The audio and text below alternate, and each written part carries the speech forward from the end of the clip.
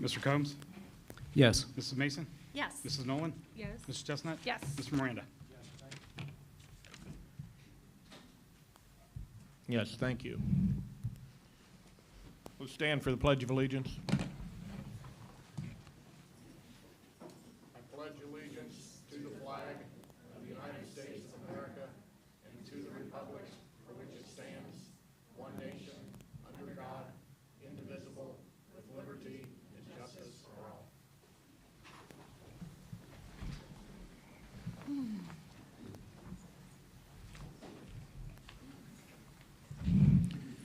Okay, I need a motion to approve the agenda and the addendum that we received today.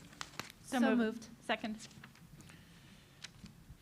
Discussion, and I guess what I'm gonna say, Mr. Rabe, I think this is where it goes. It goes in section G, item 3A, number 2. Is that correct?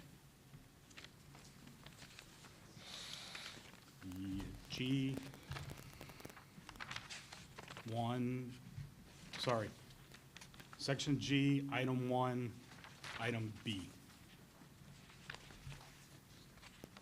Item 1. 1, administrative personnel approvals, and then the addendum would be item B. I'm not sure I agree. I think, doesn't this fall under 3? That's exempt personnel. That's, Okay, so this is going where now? so G, 1, and then item B. Wait a minute. Human resources. G. Right here.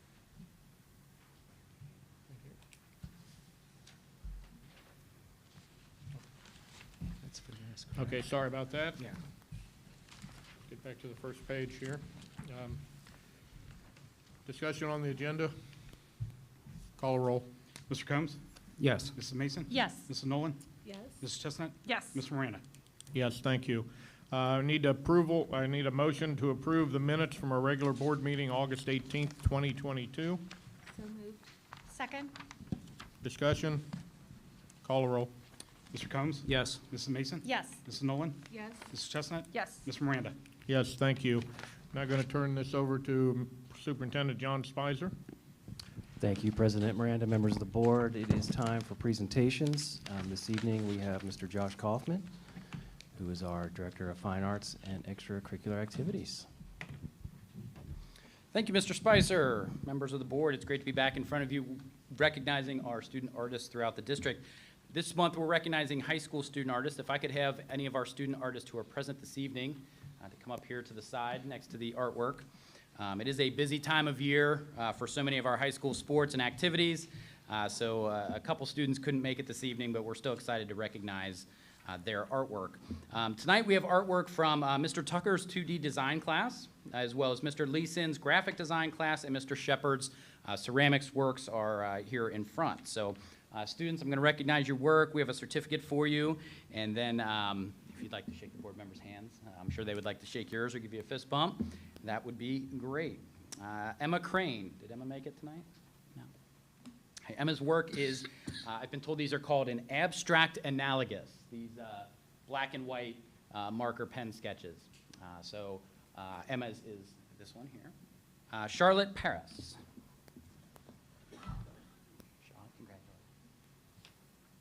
Charlotte has the abstract on the far right, I believe. Yes. Allie Williams. Is Allie? Yeah. Allie has the abstract in the middle. Wonderful. Those three are all 10th graders, so a lot of artistic potential there. Senior Nick Hornsby is one of our graphic design students in Mr. Leeson's class, and Nick has this image up here. Congratulations. Okay. James Stevens. I just saw James this afternoon. James has the graphic design work on the bottom here. Simone Early Slack. Congratulations, Simone. Simone has this brightly colored graphic design piece here. And then we have the three ceramics pieces that are in front of the podium here. I have Irie Bagley. And then Janie Miller and Rebecca Caudell, I don't believe could make it with us this evening, but their work is here in front of the podium as well. Some wonderful works of art, and if you think about it, these works of art have all been created just in the last 3 or 4 weeks. So really impressive. Congratulations to our student artists.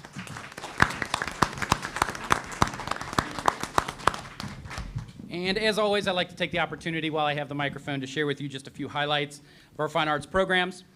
Last month, the high school band hosted its 2nd annual Milford Marching Showcase at Eagle Stadium, powered by Cullen Electric.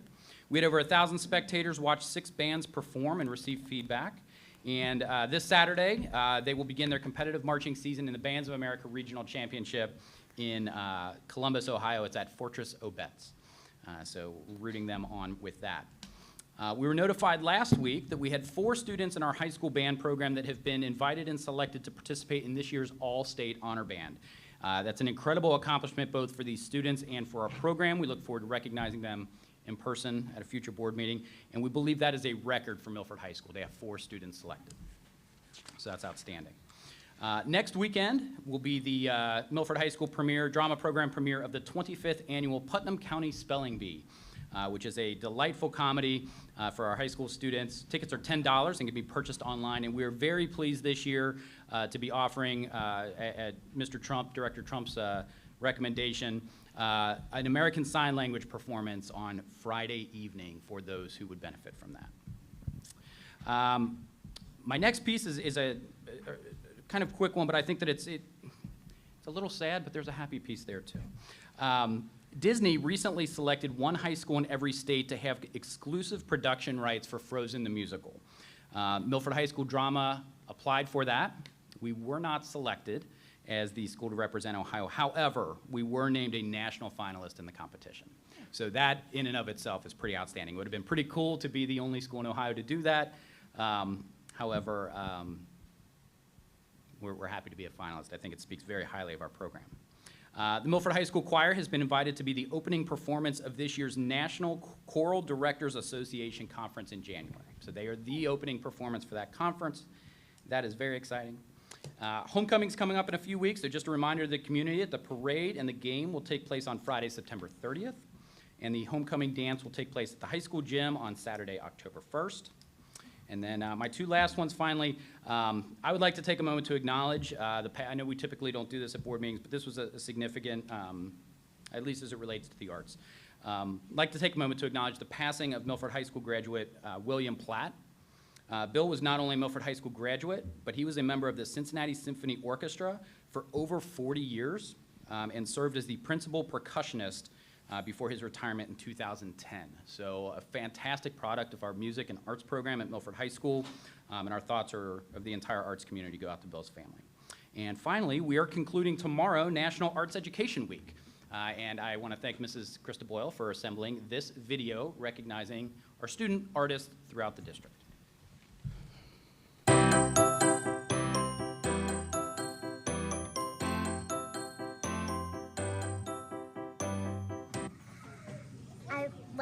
Best about art is making collages with paper and stuff. Art is because I can express my thoughts and feelings in a healthy way. Because I love to use like the watercolors and mix different colors to make different paintings and collages. How you can make cool designs. Creating new things. If you mess up, it can still be art, and that art doesn't have to be perfect, and one small mistake can make it look super good. Art is doing clay projects. Drawing animals. You can draw things that you can't normally do. Every art piece is equal in its own way because it's just the way you look at it. Like the book dot, you could just look at something, oh, it's simple, but another person could look at it like it's an intricate painting. I like sketching.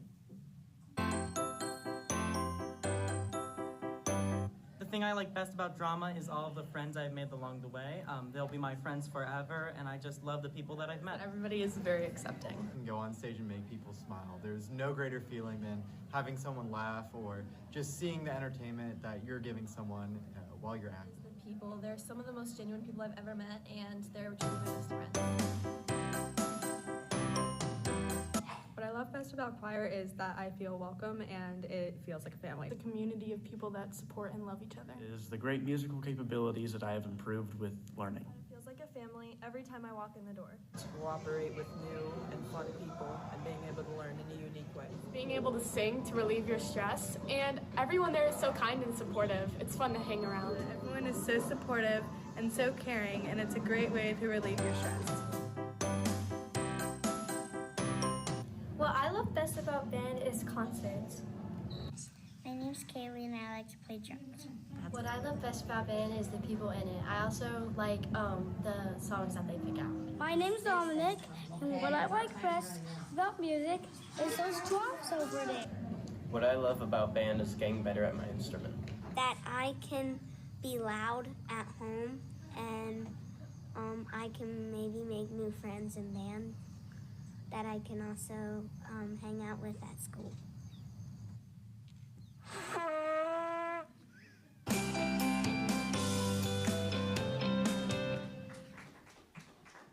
Thank you. I continue to be so proud to work in this district and to be a part of our arts program, and I thank the board for your continued support of the arts. Mr. Spicer? Thank you, Mr. Kaufman. We appreciate it.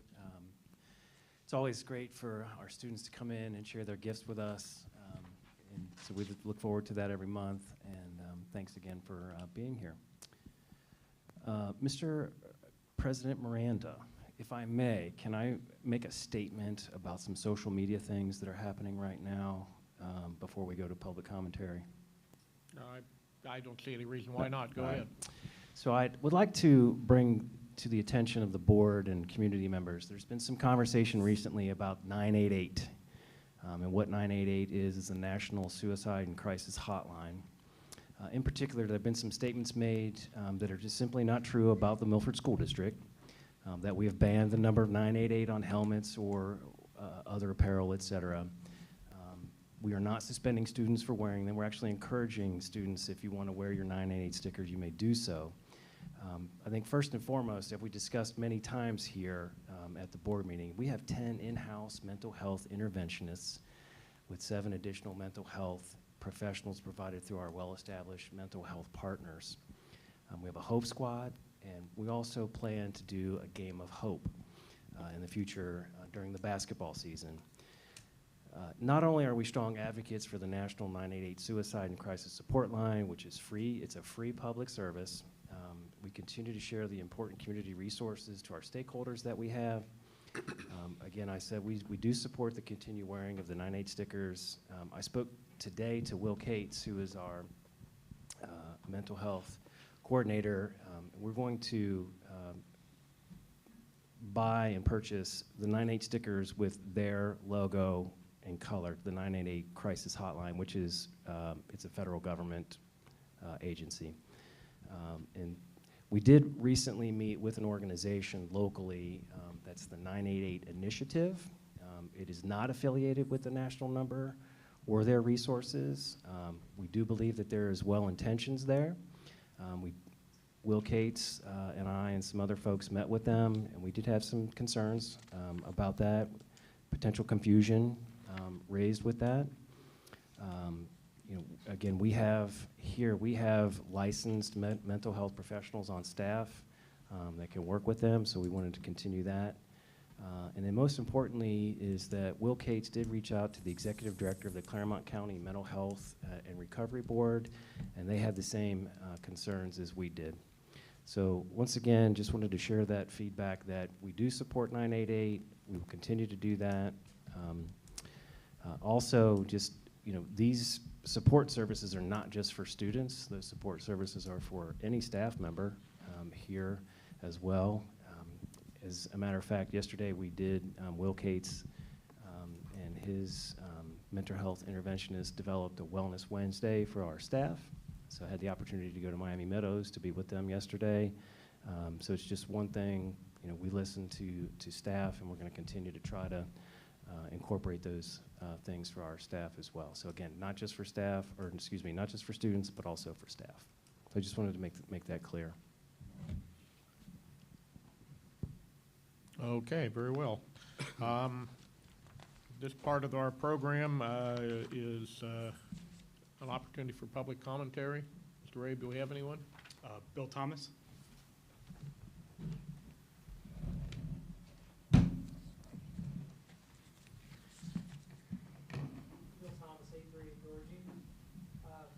Is it on? Wait. I think so. Yep. I came tonight to talk to the board about John's contract renewal. I won't get into the money aspect of it. As you know, West Claremont renewed their Natasha, raised her up over $180,000, decreased her work, required work days, which I did have issue with. I don't foresee that being something that's happening here, but what I will say is I've taken a lot of heat for being a supporter of John from fellow conservatives because a lot of people think John's leans more liberal. John has been what I feel is one of the least political superintendents is what's what the district needs. We need the less politics in this district. So I have been a proponent. We've worked, pretty deep together on a lot of issues that have surfaced. I will say I am in support of keeping John. I've seen this district through a few other superintendents. I was not a fan of Bob, and I was definitely not a fan of Nancy. Bob was more about the money, not about the student. Nancy was about the student, but also had other issues. John has been about the student and about the district and the people. And I feel strongly about keeping him on as superintendent, and I hope the board continues his contract. As you guys know, we have our committee that was put together, an advisory committee to try to hash out some of the things that have divided this community. We have a lot of issues that divide our community right now, and we consistently fight on those issues, which is not good for the kids. So that is what this committee was supposed to be, was to come together and try to come and find some middle ground on how we can advise the district to appease both sides, which may not ever happen, but we're giving it a shot. So I'm very proud that John put that together, and I think it's very useful. I hope that going forward in this district, there has been a lot of what I feel, and my kids have felt it too, isolation. The parents' political views and how they feel don't reflect the kids. So how I feel about politics is not necessarily how my youngest may feel, how my oldest may feel, or how my middle child feels. But isolating kids and using kids as pawns is never a good thing. My kids do not use any political views in the school. My youngest for sure doesn't. She's into arts, and she's very accepting of all people. And I'm very proud of her. My middle child has decided to go to Oaks. She's a little bit on the other side of things, but I think the district is getting better. We need to make sure that we implement statistics and things for John, or metrics to measure him. But ending on that, I hope the board takes that into consideration tonight. Thank you. Thank you. Do we have any more? That's all I had for the first public participation. Okay, very well. Okay, we're now going to move on to Board of Education business.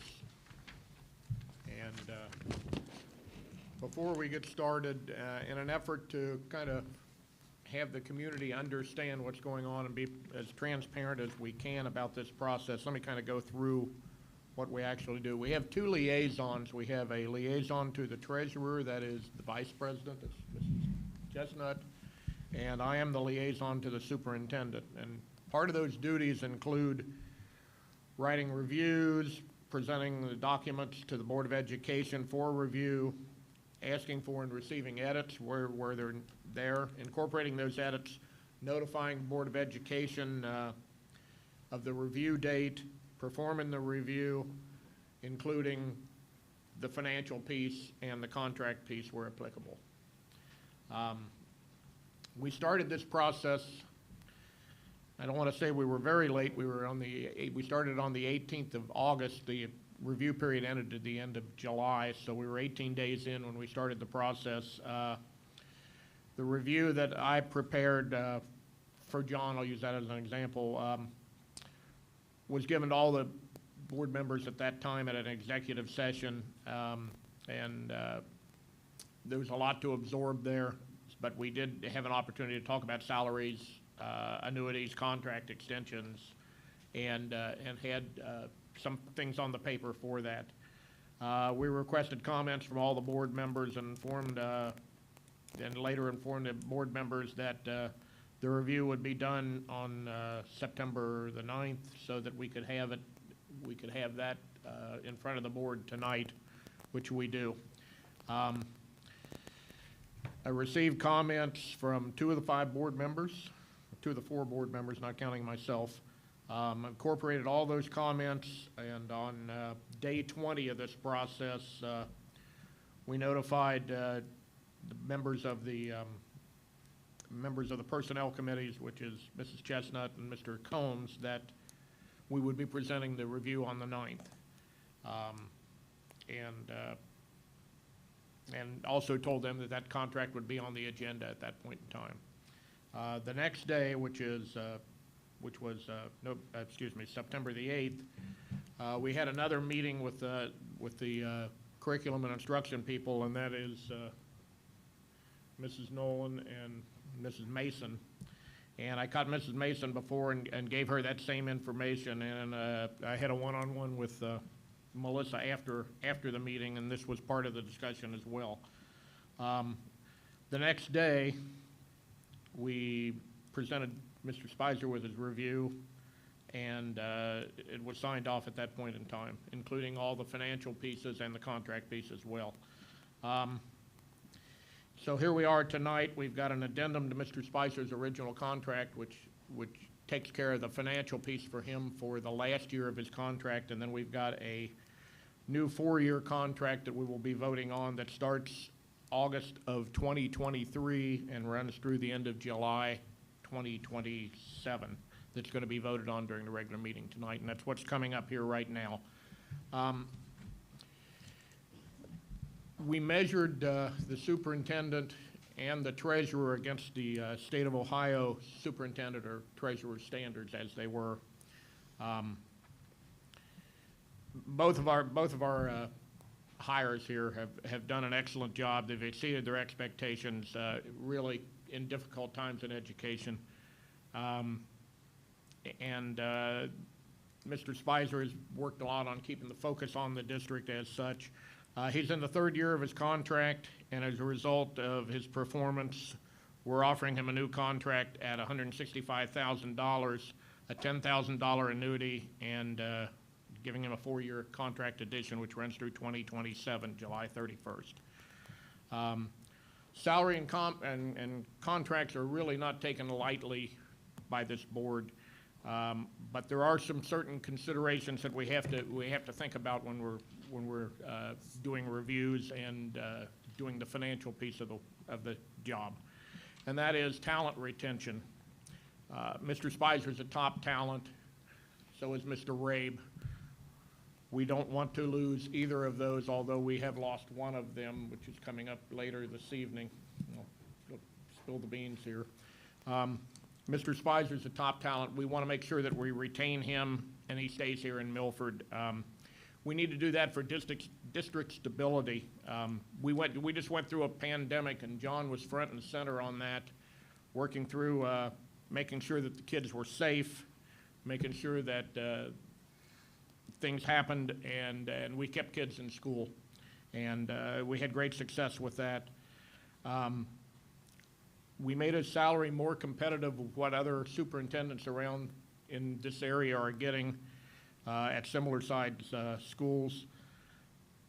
He signed a 3-year contract back in 2020, and we gave him a salary that was appropriate for a new superintendent with no experience. He's got the experience now, and we're moving him forward. Give you some examples, and Bill Thomas actually mentioned one of these. West Claremont's got a salary of $180,000 for their superintendent, plus a $20,000 annuity, so that's $200,000. Forest Hills just did the same thing. Both of those contracts were 5-year contracts. Loveland is at 158 plus a 10% annuity, so they're at 173 total. We're coming in at 175. We're competitive. Mr. Spicer's done the job, and we need to move forward. He's kept them safe during the pandemic. He's focused on learning loss as a result of the pandemic. He's used data through thought exchange and surveys and everywhere he possibly could. And he's got new data measures in place to monitor the learning loss at all grade levels. Communication, let's face it, everybody that's ever looked at social media knows that John is the face of this district. He's the one that speaks for us. He's the one that does what he's supposed to do. He's established trust with our community. He's established trust with our stakeholders. He's increased transparency by being one of the best communicators I've ever seen, whether it's Facebook Live, whether it's periodic or weekly videos, whether it's board reports, monthly staff meetings with everybody on his staff. He's also visible in Feed Our Flock. He did an all-staff convocation last year. Everybody in the district was there, 700 plus people. He also has established, as Bill also said, the Citizens Advisory Council to work on issues within the district that need to be addressed. He's resurrected the policy committee, which kind of went dormant for several years. And he's also, at a few board meetings ago, we went through a district process, which is one of our, I think it's a policy, that is a community-based review of language arts material that were questioned by the parents. Followed through every step of the way, did a great job. We ended up putting that behind us. Instruction, he's working on really great reading, which is at the youngest levels, Amplify, which is at the junior high and middle school levels, and the Norton Anthology at the high school levels. These are a lot of big words. Enhanced multi-tier system of support for students. What that means is intervention specialists, keeping our kids mentally safe as well as physically safe. He looks over our resources, whether it's finance, talent, material, technology, facilities. He's overseeing the new middle school, all the facility improvements for the benefit of our community.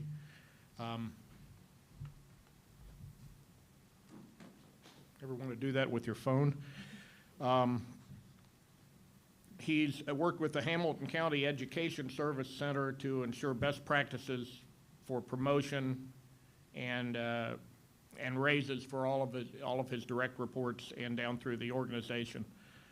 He's worked with IT to establish a stable internet. He continues to remain focused on the student needs. He's committed to overall learning and growth for himself personally. He had gone through a 3-month process with an executive coach to make him a better leader, and the result of that is he's maintaining that coaching relationship, and not only is he doing that, but he's also rolling that out to his direct reports, which is happening this year. So those things are all good things. We're getting a little bit better professional development as a result of John's experience and John's attitude of let's push it out and let's help everybody. He's very visible at the peer-to-peer learning sessions with the superintendents around the city and around the county. And he's been working with Battelle for Kids to implement best practices to benefit our district. This is a good guy. Bill stole my thunder. He already said it. This is a good guy. We want to keep him here. And I just wanted to let you know all the things that went into the process of his review and all the things that he has done over the course of the last year plus. So that's all I've got. So with that being said, I need a motion to approve the superintendent's contract addendum. So moved. Second. Discussion. I just wanted to reiterate what you went through in the process, and much of the work that John does isn't seen by very many people. He's doing it behind the scenes, and I think he's done a really good job of growth and community feedback. And you mentioned communication. I think one of his strong suits is also not just the external, but the one-on-one communication. When people have questions, you get responses and meetings, and he makes sure that nobody walks away going, I wonder what. He really answers those questions. I think that's important. Yeah, and that's very visible at the board meetings when somebody comes to the microphone and has a question. If he can answer it that night, he's with them before they are out the door to give them a response. And if not, it's typically within 24 hours he's gotten back to them and given them an answer.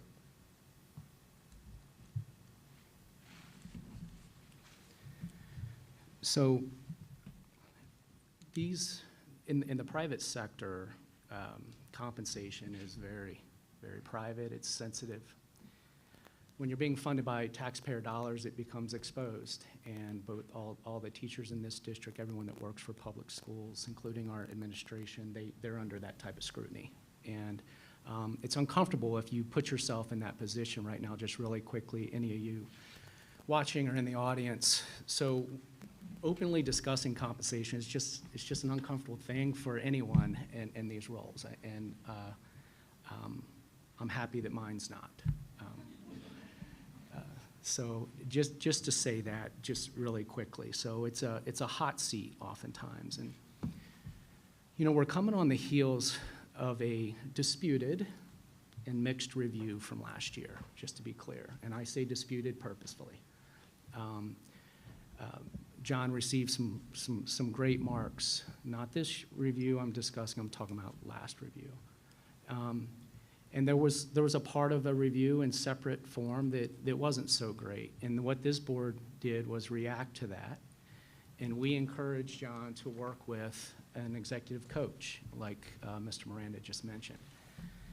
And I was happy to do that and very much in favor of that. And when we look at what the result of that was from the executive coach, she made several comments about how willing he was to improve and how great of a listener he was. And he's implemented several things that she's recommended. So we can take nothing away from what appears to be some strong improvement from what she had delivered. And I'll tell you, my personal interaction with John has been nothing short of fantastic. We do have debate from time to time, but it never gets personal. He's very timely in his responses, and he's very thorough. I can't say enough good things about the communication that I personally have had, and actually I think all the board would reflect that. When we talk about this contract, we have to remember the goals that were set forth for John this year are goals that were set forth from the last board. We are responsible. This board is responsible for goaling our treasurer and our superintendent. And I will just say that I believe that those goals were not ideal for this role. And I am committed to, and I think the rest of this board is as well, we're pretty much in agreement. I'm committed to making sure that we have better, more measurable, what is oftentimes known in a lot of the corporate world, not just corporate world, but SMART goals. They're specific, they're measurable, they're actionable, they're relevant, and they're time-bound. It's a very common, based on Drucker's management theory, it's something that we're going to incorporate for him moving forward. But we're reviewing him on last year's goals, which were not SMART. And I say SMART from an acronym standpoint. Parts of it were SMART, most of it was not, so we're going to get better at that. We have discussed, and I can't go into details, in executive session, we have discussed this issue, and we vetted it the last time. I would tell you, when it was delivered to us, there was several parts that we were in violent agreement with. It was my understanding that we would be reconvening for executive session after we reviewed the documents that David sent to the board, because he absolutely did. And as I read through them, I had a couple comments and a couple things I wanted to bring to the board. I didn't realize that today we would be voting on this agreement. I will tell you this, I will be voting no tonight on this contract.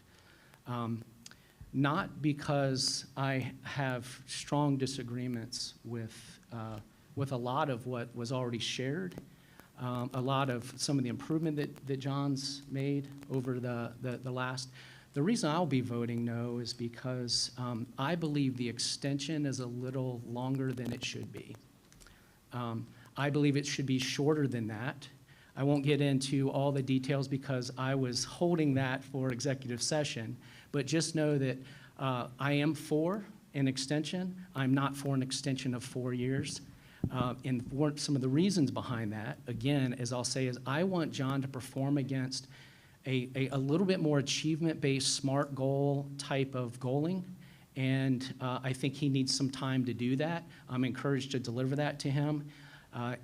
I'll be voting no because I believe that one sticking point for me is the 4 years. I think it's longer than I would like, and that's my discussion point. Okay. You actually commented on the second part, which is the contract. What we're discussing right now is actually the financial piece. Okay. This is the addendum to his contract. Should I scratch all of that and replay? No, Or- no, we don't need to do that. When we come back to this, can I say what I said earlier? Is that Yes, yeah, okay? that will be perfect. Okay. But what is on the table right now for a vote is the financial piece. Including the 4 years? No. Just the compensation? It is an addendum to his existing contract, the third year of his existing contract, Okay. so.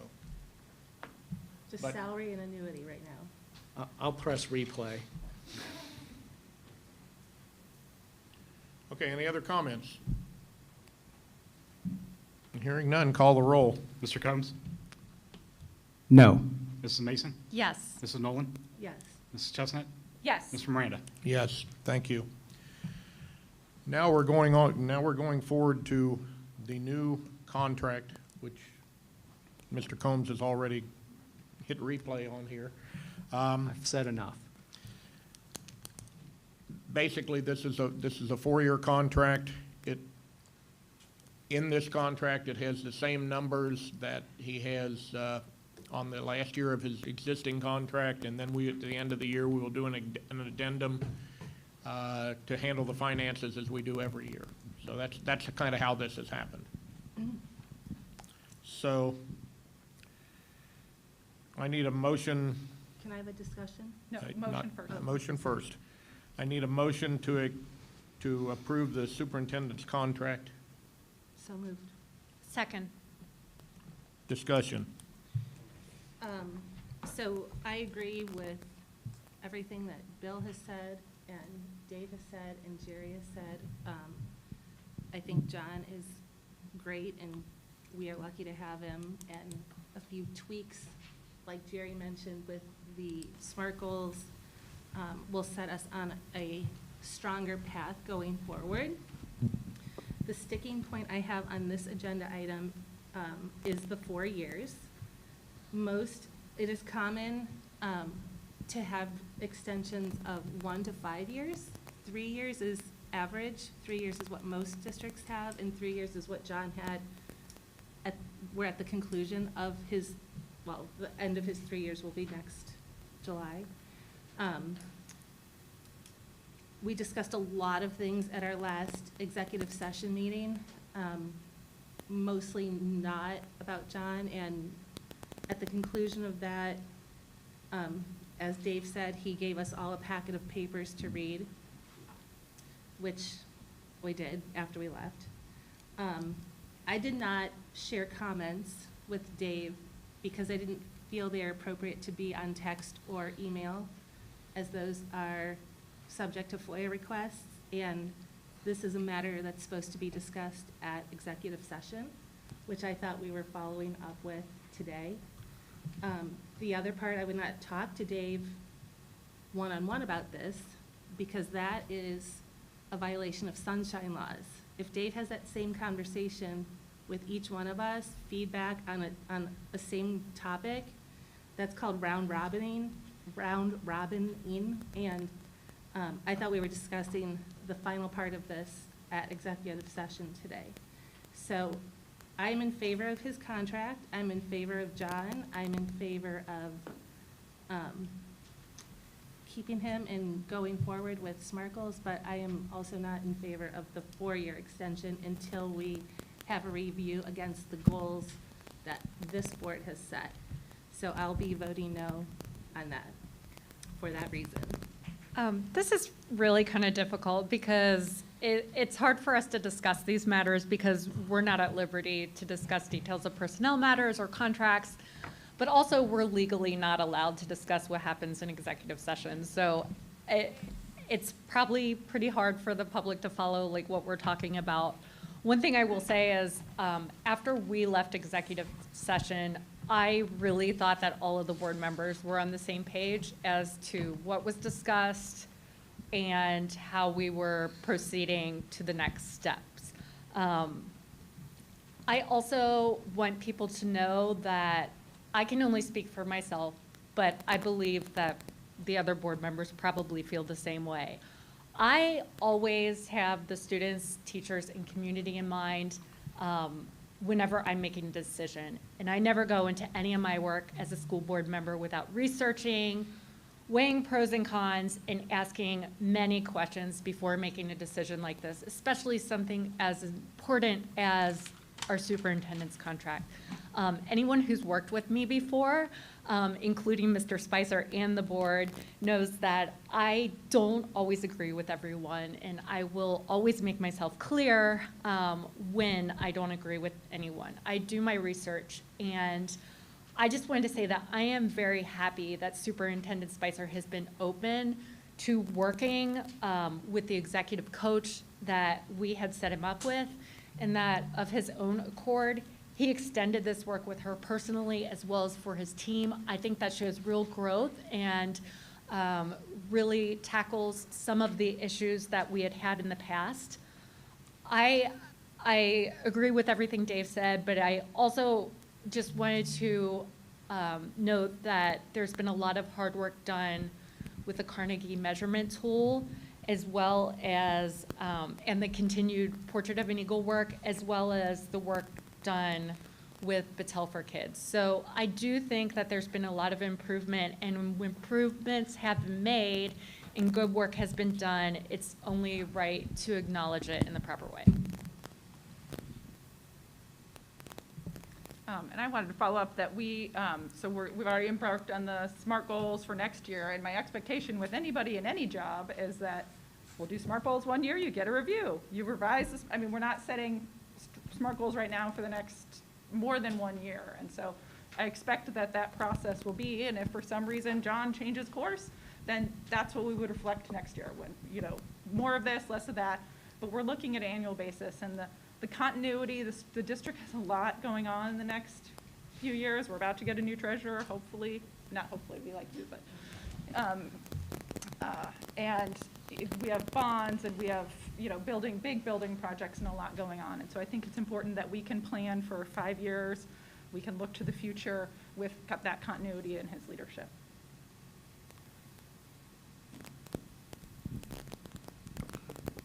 Any other comments? I went first, sorry. I went second, not sorry. Replay. Hearing no other comments, let's call the roll. Mr. Rube? Mr. Combs? No. Mrs. Mason? Yes. Mrs. Nolan? No. Mrs. Chestnut? Yes. Mr. Miranda? Yes, thank you. Mr. Miranda, may I make some comments, please? If the board has if nobody on the board has any objections, yes, you may. Only positive ones allowed.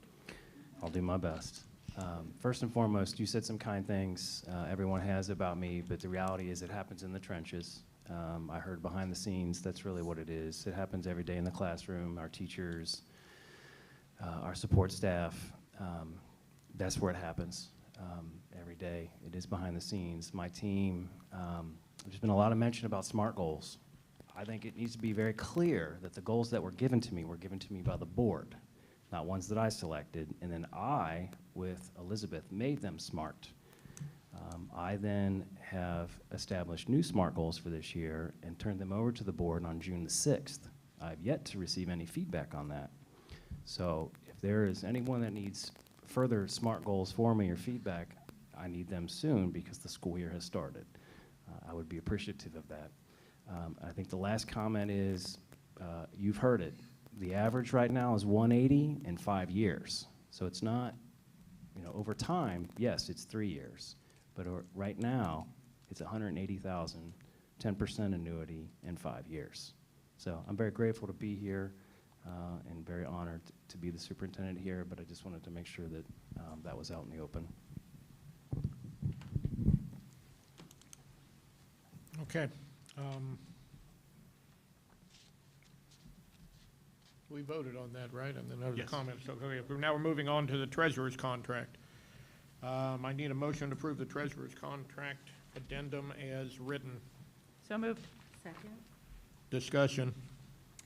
Since I wrote the review for Mr. Rabe, I guess we're jumping a little bit out of order in that he's already given notice and taken another opportunity, and we are really going to miss him here. But in his time here, he has done great things for our district. He has made the numbers easier to digest. He has seen us switch from this past year to a new financial system, which is not a small feat, as Rob can probably say about other IT systems changing over, but you've really done a great job to make the financials consumable for us as board members, for the community, and we really appreciate all the work that you've done here. So the contract, if he were to stay, we would have given him a 4% raise, so that's what we've included in this contract for him. And that is prorated for the For period his of time. time that he's there. And that will be paid at the end.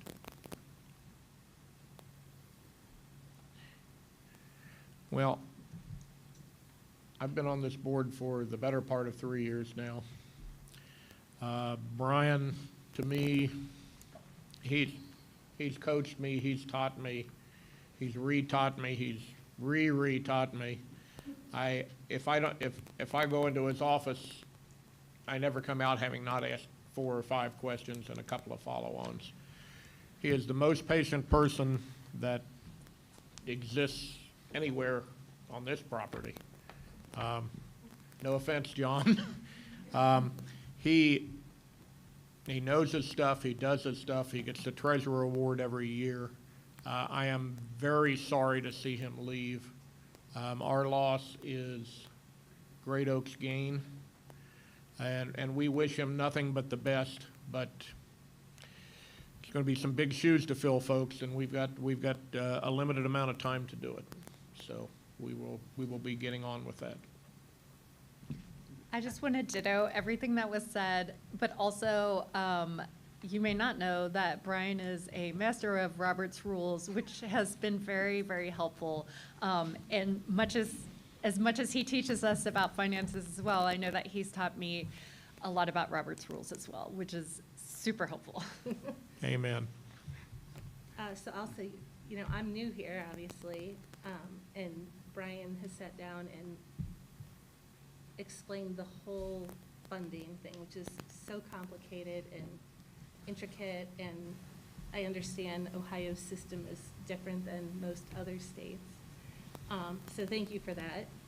But I think we've also talked about it at, committee or somewhere along the way, and that I had asked, could we use your services to help educate the community on financing so they understand it, because we do have a lot of big things coming up with a bond and a building and stuff, and I think you explained things very, very well.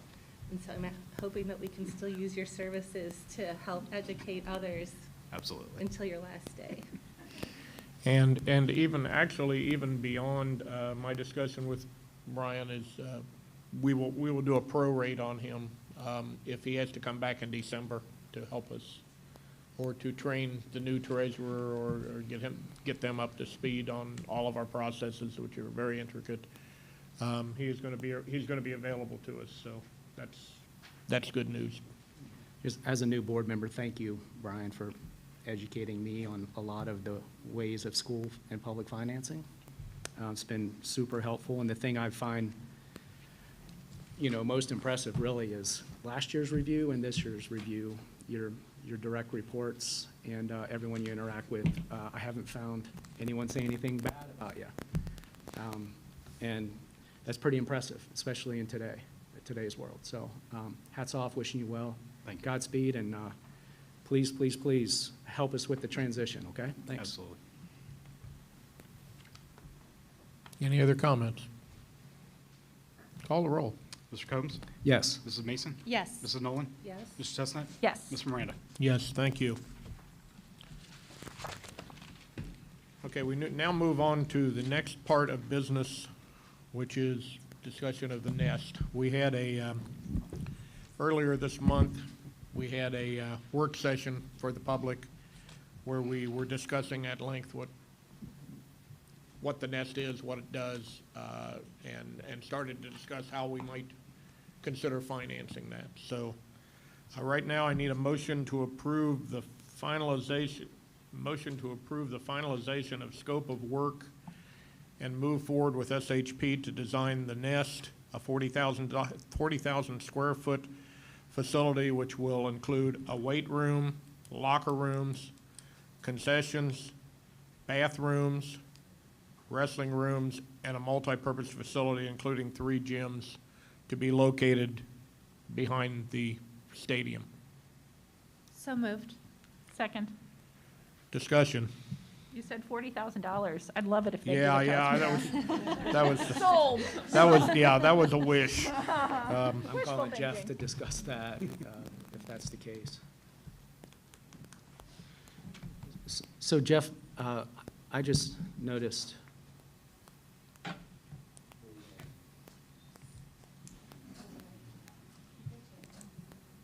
He's still slow getting there.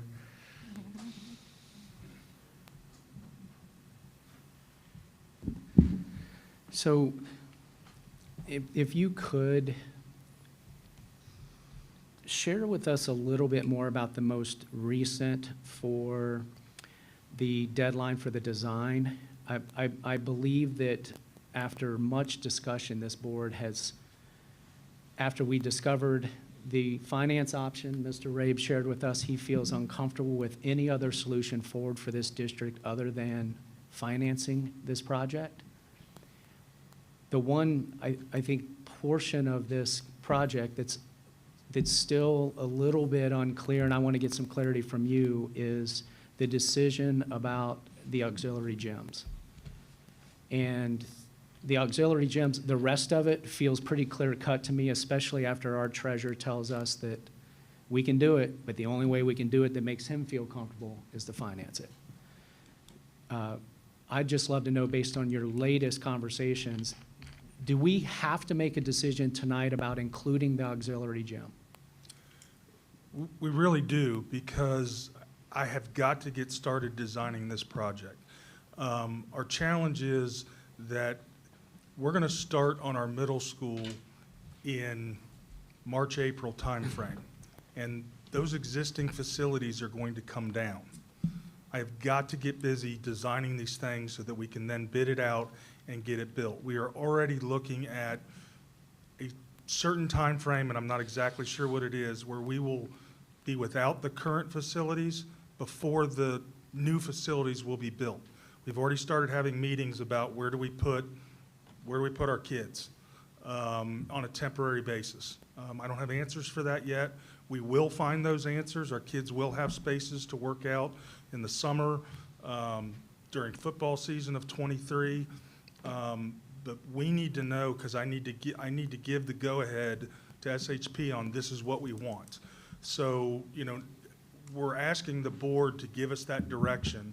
And then once we get that direction, at next month's board meeting, my plan is that I will have actual contracts in front of you, both for the architect as well as the construction manager, to start that process. Because quite honestly, I wish we'd have done this 2 months ago. We're kind of, I don't want to say we're behind the 8 ball, but we're getting really close.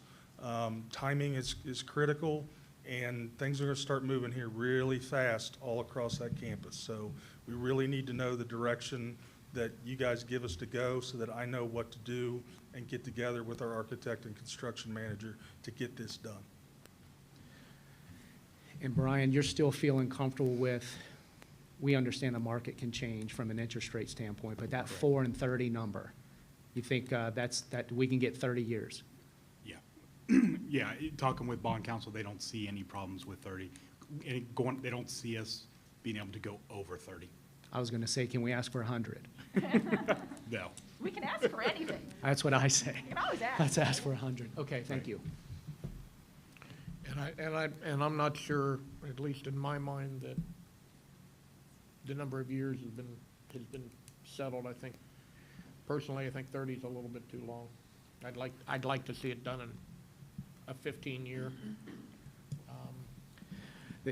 Well, you probably know, Dave, the reason why I would be in favor of the 30 is not to stretch it to 30. It's to get the most favorable terms possible, no prepays, and really pay it off in a lot less than 30, but give us the ability, in case we need to extend, our cash flow remains with better burden over longer time, but we can always pay it down on a 15-year amortization schedule, although it's 30, if we can work that type of agreement with the bank. Yeah, I did have a conversation with them.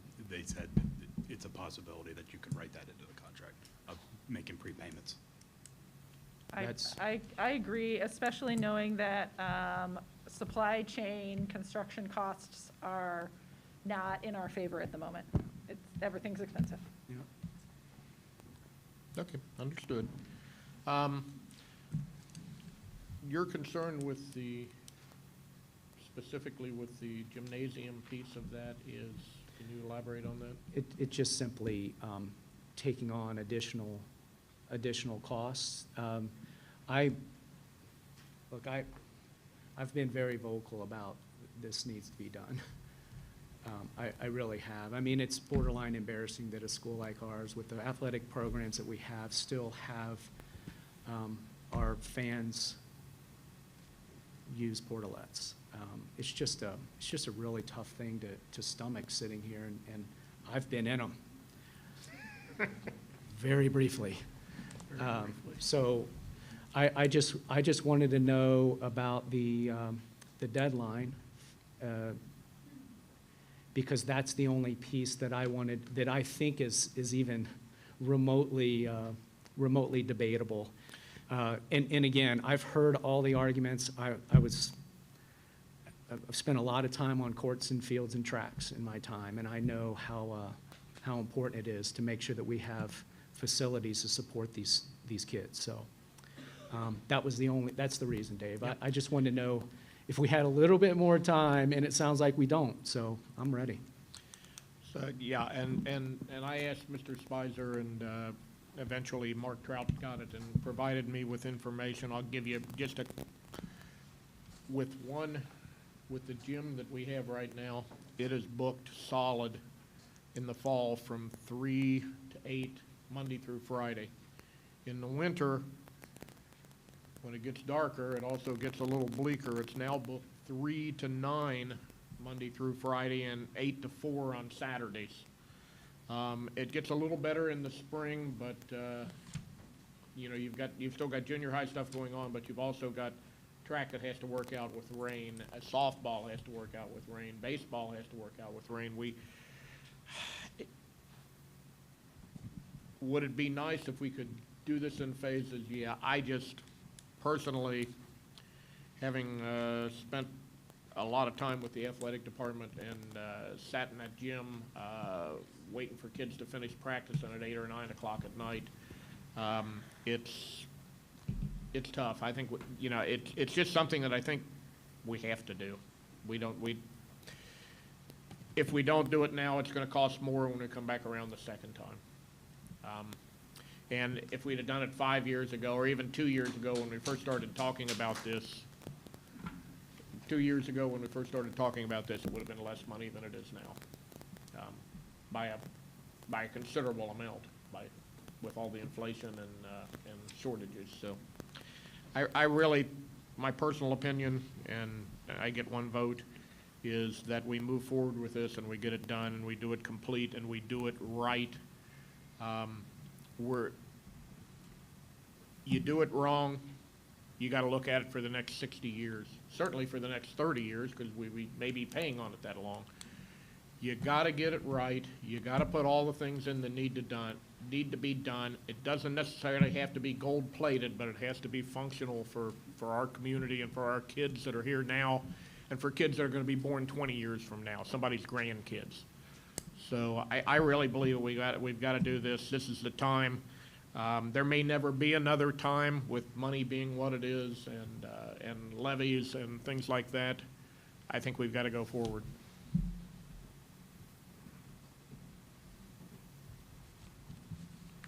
Any other comments? I'm not gonna lie, I've said this before, I'm really uncomfortable spending money we don't have. And financing is more comfortable to me than our original talks of paying it out of the general fund.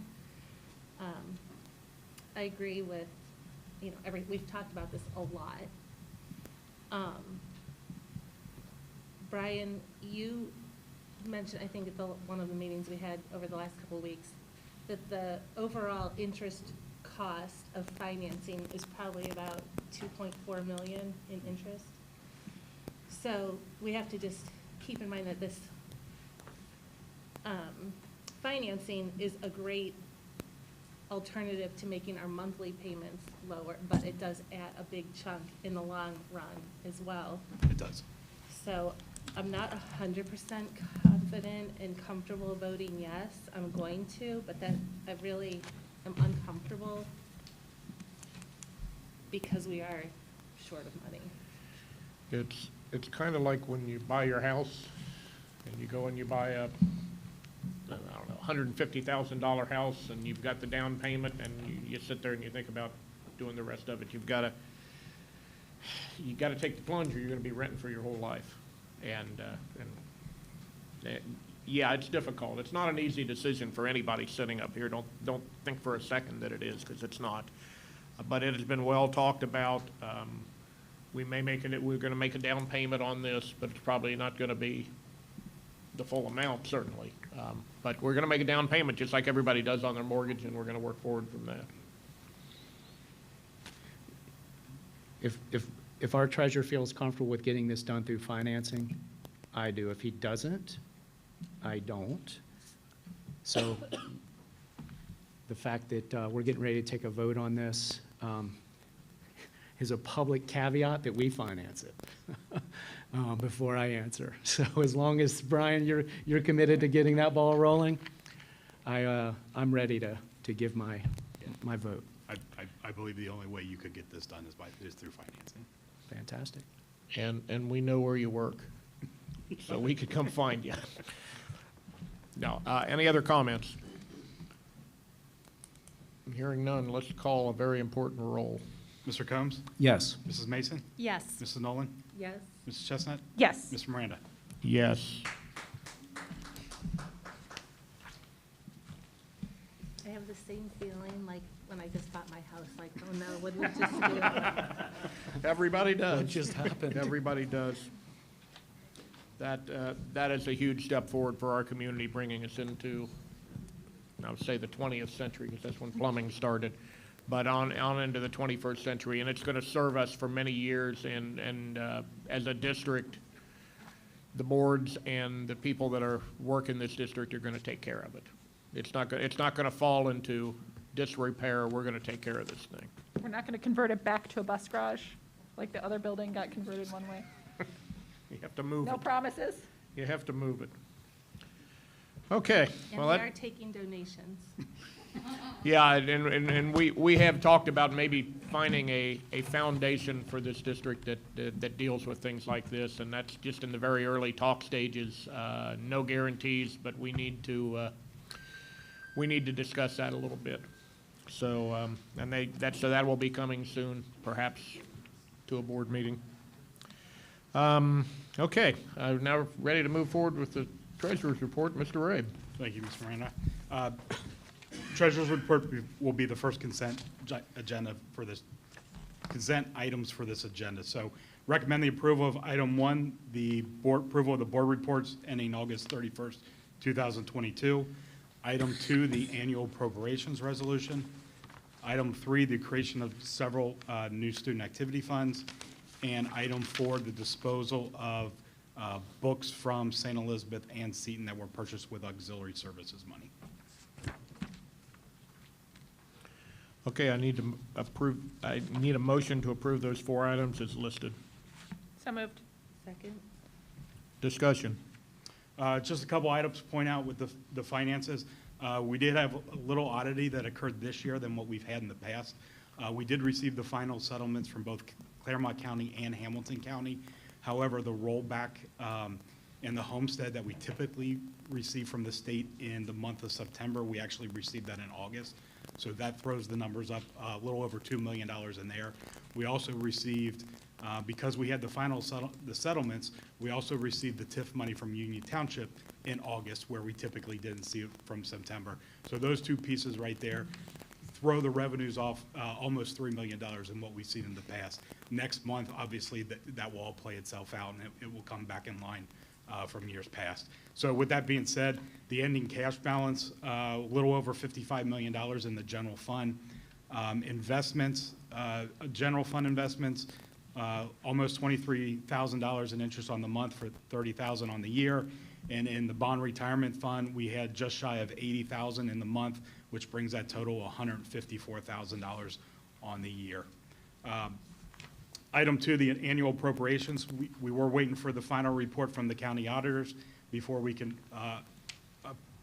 approve final appropriations, which are due by August 1st. So we did receive that report, so that's the reason why those are on the agenda. The creation of the new funds. We do have a number of student activities that in the past were clubs, but now they're switching to activities where they're actually going to be collecting money, having receipts, having expenditures. So therefore, we set up accounts on our books that all that money has to flow through. You will notice there's some that start with 200 and then some that start with 300. The big difference is if it's a 200, those are student-led organizations where the students make the decisions. If it's a 300 fund, when you're looking at the choir and the esports and our athletics and our drama, you have an advisor that's making those decisions. So that's, when you look at it, that's basically the difference between the two, is who's actually running those programs. And then obviously the last item, because those are auxiliary services money, those are state money that flow through us on behalf of St. Mark's and St. Elizabeth and Seton. Anytime they want to dispose of some of those items, it comes before the board for approval. And did they change how that's funded now, and it doesn't come through us anymore? It still comes from, the schools had the option. They could take the money directly, or they could still funnel it through us. Both St. Mark's and St. Elizabeth and Seton decided to keep the money with us and flow through us. But there are, you do have the option now. Also with the auxiliary services money, they're always on a 2-year cycle. So this is the second year of their 2-year cycle.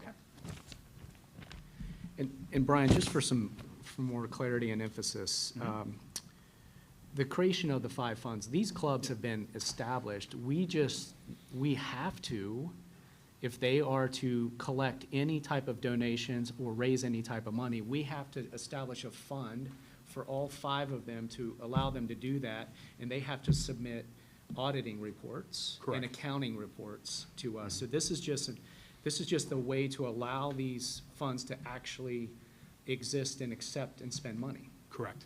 Correct. Okay. Now, this isn't all of them. Obviously, we have a lot of clubs that are currently existing. So what I gave you in your packet is their purpose for why they exist and what their budget is. We get that for every student activity, not just these 5. But these 5, because they're new and we're creating a new fund for them, that's why we have taken to the board to establish that. But yeah, that's the point of it, is anything they collect, anything they spend has to run through our accounting software. Very good. Okay, any other comments, questions? Call a roll. Mr. Combs? Yes. Mrs. Mason? Yes. Mrs. Nolan? Yes. Mrs. Chestnut? Yes. Mr. Miranda? Yes, thank you. We now move forward to superintendent's business, to put Superintendent John Spicer. Thank you, President Miranda. Members of the board, this evening, under number 1, I'm asking for your approval of 1 regulation and 2 exhibits. Okay, I need a motion to approve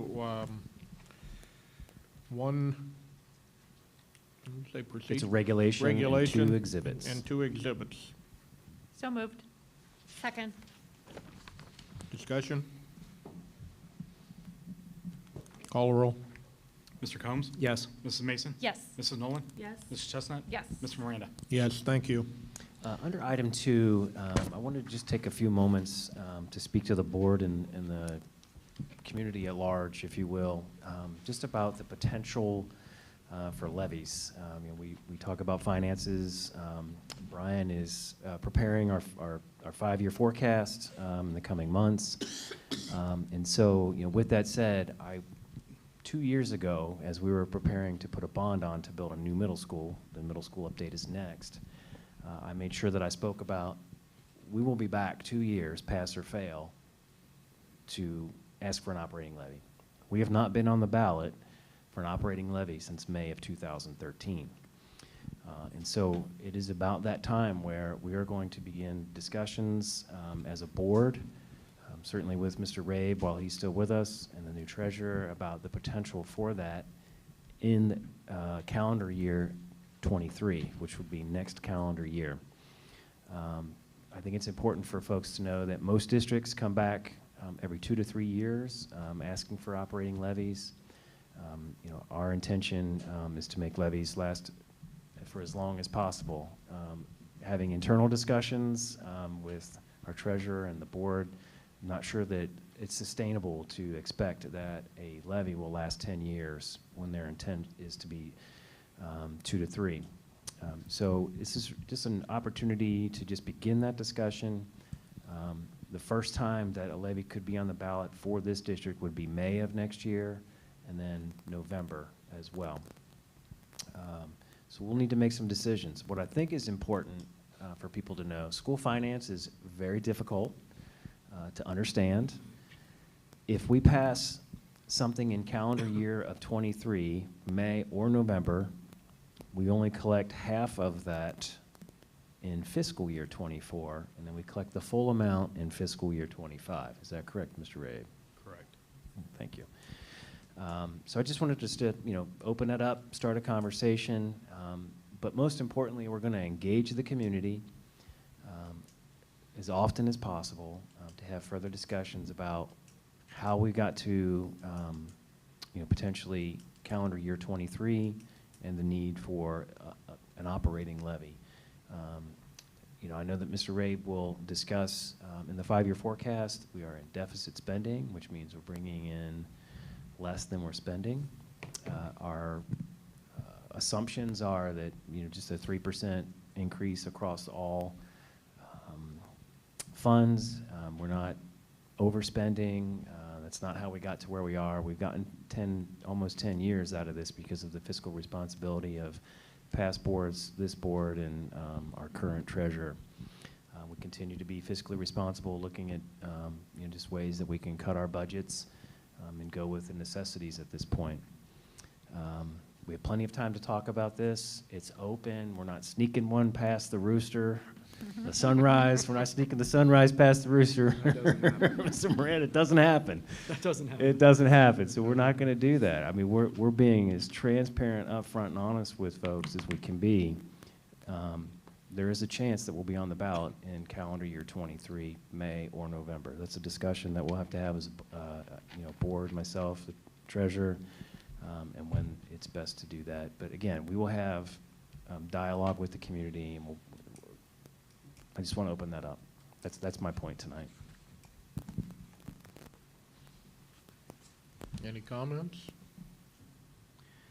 I think it's important to bring it up as early and often. We talked about your contract.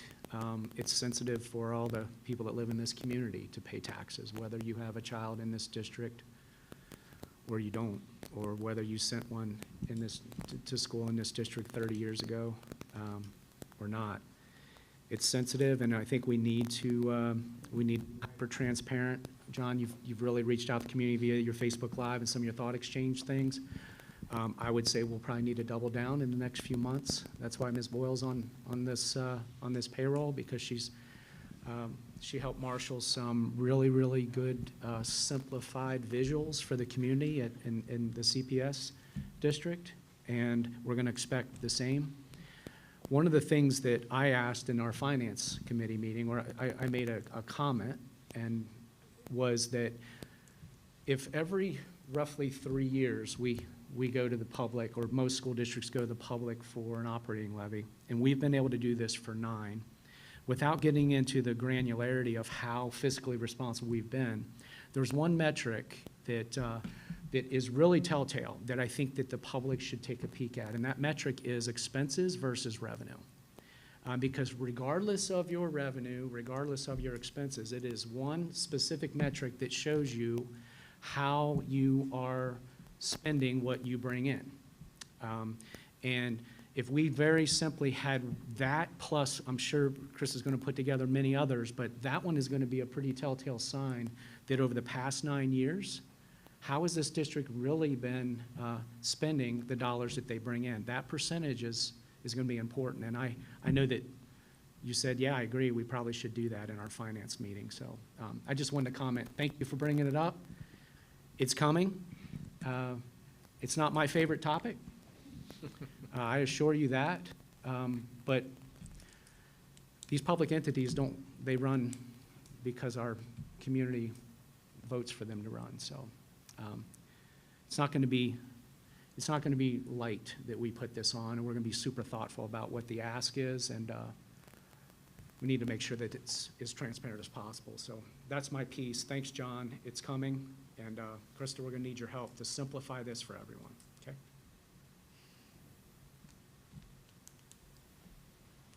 We have a really good track record of knowing how to communicate. We've done it successfully for the last couple of years. I don't expect that to change.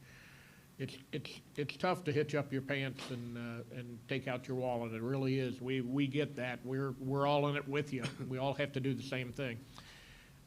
But if we communicate the whats and the whys and give them the numbers that they can understand, they'll get there. And I see Morris out there, and we're going to be leaning on his group, as well as any organization we can get that will listen to us. And we'll be out at the libraries, we'll be out at the coffee shops, we'll be doing what we need to do. But we've got to make sure this community understands how the funding works. And it's not easy. It's really not easy. And as you said, Jerry, we've got Krista here, who has a good track record for doing visuals, and we're going to be leaning heavily on her. We need to get on with stuff. On record, Krista, saying that you're very important here.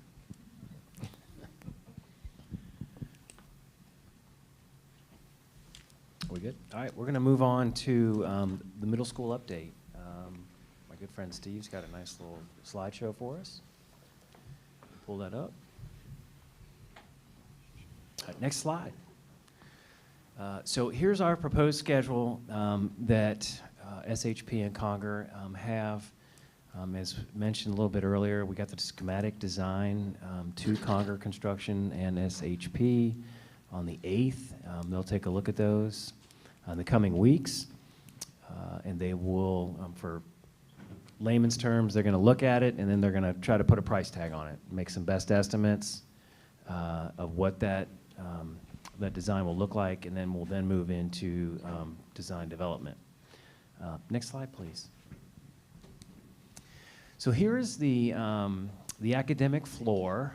There's sort of what I'll call 3 sections to the entire building, and that is there's a gymnasium area, there's an admin cafeteria type area, and then there's 3 floors of this academic wing, if you will. And so you can see that there's some purple shade there. The purple shade is the art room, so there'll be an art room located on each floor. It's sort of set into teams or pods in each of the corners. On the first floor, there's a nice, Jeff's favorite, I can't see that far, and I'm drawing a blank on the name, courtyard, thank you. Nice courtyard that Jeff loves, but Misty and I are very excited about the opportunities that we might have in that courtyard with some hardscapes and some things of that nature. Next slide, please. So here is the far left kind of gives you the first floor visual of the 3 sections of the building. The yellow gym area, if you will, is closest to the junior high now, which is the east end of that campus. And then the courtyard, the academic area is to the far west of the campus. And so the green section in the middle is the admin, the gray section is food service, our custodial areas, receiving, et cetera.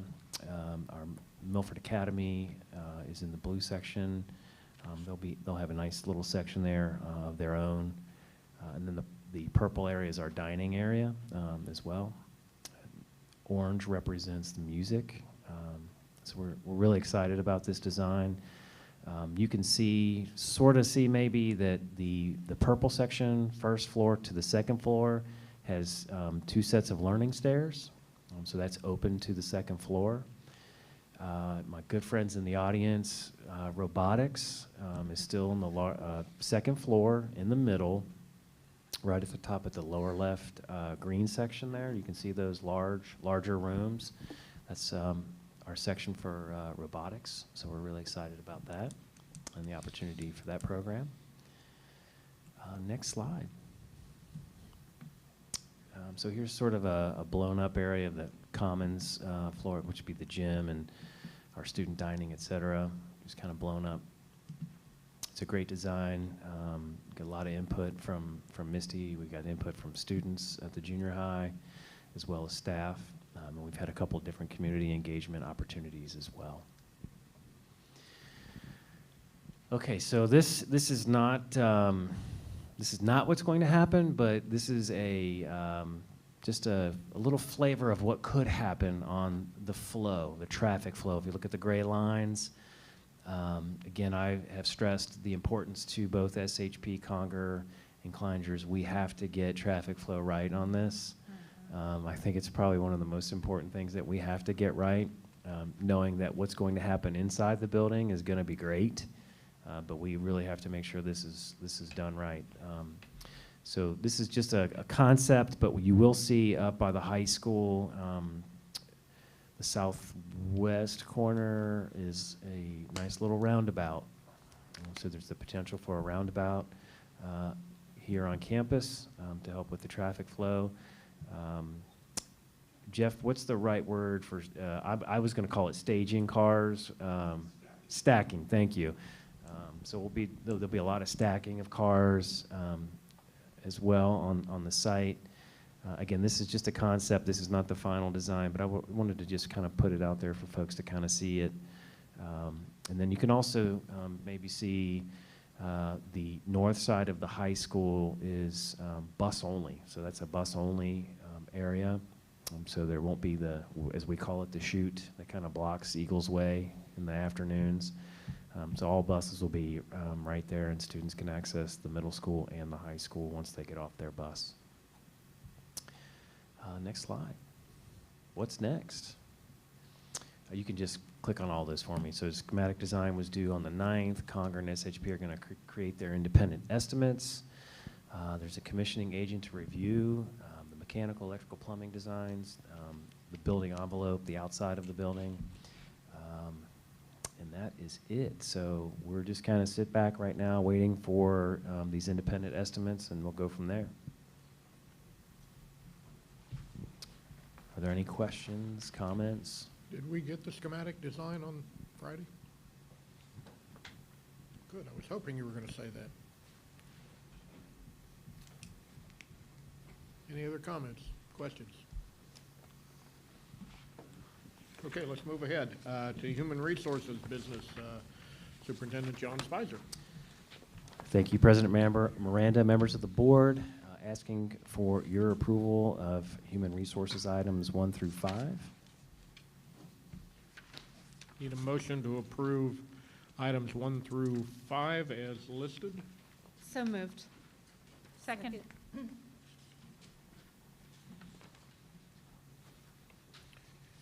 Gary, you want to? This is a long list. Yeah, we've went through all of this in our personnel committee. We did. And John, I just ask, is there anything that we need to bring specific attention to here? Yes, yeah, I would like to bring specific attention. One is, of course, Mr. Rabe's resignation, which you can still vote no. I don't know that it matters, but under the certified, I would just bring your attention to 2 of our great teachers that are going to retire, Mrs. Gibson and Mrs. Grady, after 26 and 22 years of service to the district. So we're grateful for their service to us. And I think that is the most specific, other than we have finally found a plumber. So we have a plumber. It's good work on Jeff's part and Ed Beverly to make that happen, and lots of communication with our plumber. We're grateful for the trades, and it was a hard position to fill, to find someone. So we're grateful for that.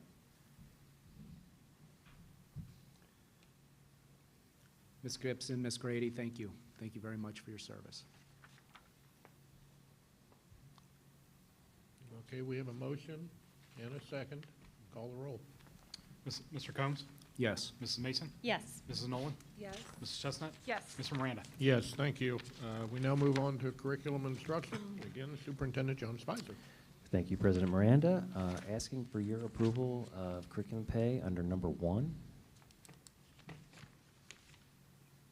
I need a motion to approve curriculum pay as outlined in item 1. So moved. Second.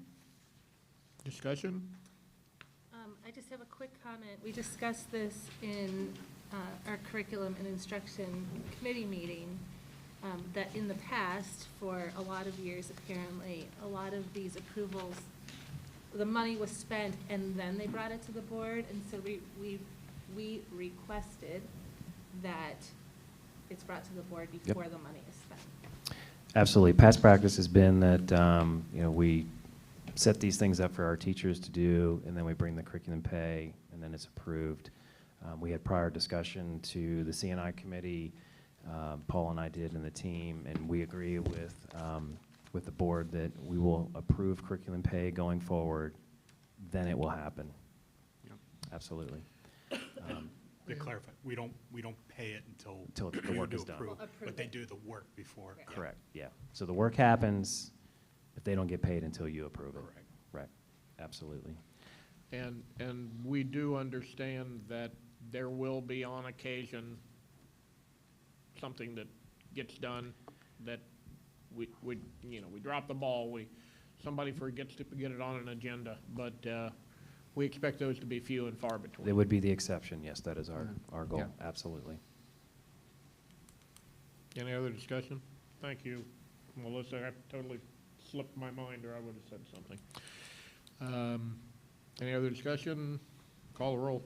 Mr. Combs? Yes. Mrs. Mason? Yes. Mrs. Nolan? Yep. Mrs. Chestnut? Yes. Mr. Miranda? Yes, thank you. All right, it's my pleasure to introduce Mr. Paul Daniels. Paul is our Director of Secondary Curriculum and Instruction and is going to give us a presentation on Gaggle.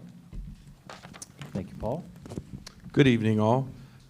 Thank you for having me this evening. John said this was a requested item by the board to discuss publicly. I think it'd be great for us to be transparent, as we always talk about with Krista, our communication plan, our rollout, and how we are looking to support students through various means. So go ahead, Steve, thanks. So just a timeline. One of our principals approached us about doing a Gaggle implementation. We did a pilot implementation with grades 7 and 8 in May of 2022 at Milford Junior High. On June 2nd, we had a special meeting with Gaggle representatives from the company. A couple board members attended at their request. Admin staff to discuss the pilot per request of board members. On June 7th, we did notify the board via email with the intent to purchase Gaggle for grades 3 through 8, so moving from a pilot to a full-scale implementation in grades 3 to 8. I'll talk a little bit later why 3 to 8, not K1-2, just about how we open up our G Suite in our spaces. And then a commitment at that June 7th email to have implementation after October 1st, after thorough training with our principals and a communication rollout, both with our families and with our kids. We would not turn this on without having some discussions with our students. So Gaggle is one content provider that does some work inside of our products only. So we are, they are a content analysis company that uses AI, first that flags concerning content in students' school issue accounts for reviews and blocks potentially harmful content. We are only operating in our G Suite, Google Mail, Google Drive, Google Chat. We are not in their own personal hemisphere of Snapchat, Facebook, Instagram. We don't monitor that. That's not within our purview. That is not covered by our authorized user policy. After AI flags some things, it goes to expert review. So those are actual eyes with adults who see early warning signs. They can take action to protect students from harming themselves or others before it's too late. And it does include a rapid response. So during the school day, if we are open and in the school building, that rapid response comes to the principal of that building. If it is 8 o'clock at night and they can't reach us, like stay safe, speak up, our anonymous reporting, then we have the ability to turn it on to go to the police. During the pilot, we did not do that. We chose to manage that internally with our 3 admins because it was such a small pilot. So we were very transparent. We did send an email home, or a school messenger, as well as this letter home to our Milford Junior High parents and how we were piloting Gaggle at the school. Families were notified by Mrs. Getz and her team. There were Mrs. Getz, Mr. Wells, and an administrator who has received a promotion in another district. They investigated as if they were any other type of code of conduct violation. It's important to note that even though sometimes things are flagged, it doesn't always mean that we issue a consequence. That's really not why we're using this. We're really looking at the lens of capturing things that are happening behind the scenes, that our kids are either reaching out for help, crying out for help, threatening someone or others. That's really what we're looking for. So no disciplinary action, lots of conversations and redirection. So this was our 3-week pilot. It's important to note we did have 3 very valid self-harm incidents that resulted in connecting a student with services. So we had 8 incidents of where the word suicide might have been used, self-harm, violence of others, sexual content, self-harm and suicide, drug use, and restricted use. So after the AI flags, then the principals look at it, or the AI, then the company, then they forward it to the principals. We were able to boil it down to where we were able to connect 3 serious needs, and those students are now connected with mental health services. So 3 weeks, we supported 3 kids. The pilot was about $2,500, so you shouldn't put a price on things, but we have 3 children potentially with us based on some very, very strong indications. So one of the things that our board members asked us when we met with them is says, who else is using this in Ohio? What kind of districts? How is this happening? It's important to note that while Gaggle is one service provider, there are other companies, like GoGuardian is in this space, and so is another software provider called Securely.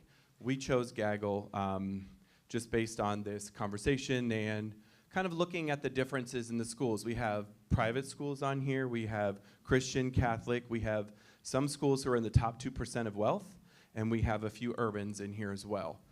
So it's in some local friends like Princeton City Schools, Cincinnati Public is in there, but we also have MVCA who's at the bottom of 50 who uses this, or 32, I'm sorry, that is also in this space. So that was one ask. The second ask was, go ahead, Steve. The second, we'll go back, I guess, but we might have skipped over it, but that's all right. Just go forward. So I just this is not an indictment on anybody in here, but we really have worked to be transparent, right? So how quickly sometimes we move has been a suggestion to slow down, be a little more purposeful by the board, make sure you're collecting good information, make sure you're making good choices. So I think what's really important is we were purposeful in our communication, and we were purposeful in being slow and steady with this. We did notify the board the intent to purchase on June 7th. We did disclose the amount of the contract. It's roughly $32,000. We did ask, it was a very good question, which Ohio schools, and then the other question was, how are you supporting the mental health of your people that are as a company who are looking at this flagged information? And that was shared in the email as well, which is training with the Innocence Justice Foundation, training with the National Center for Missing and Exploited Children, events and webinars discussing bullying, drug use, mental health, and other issues impacting students, and ongoing implicit bias training. So those things are what the company does on a regular basis. So we didn't get any feedback, so we held it. We did the contract when the money opened up for the new year out of a restricted fund and general fund, which is student wellness. So a lot of times what comes up is when we're sharing with companies, it's always about the safety and the security of what we're sharing. One of the questions that came up in that meeting was, where else is this data going? To a Gaggle or other third-party server? What third party or government has access to this data, and how long is the data kept? So the company did share with us that they did complete the most stringent third-party security audit, a SOC 2 type audit. Don't ask me what that means. I'm just trusting them at their word.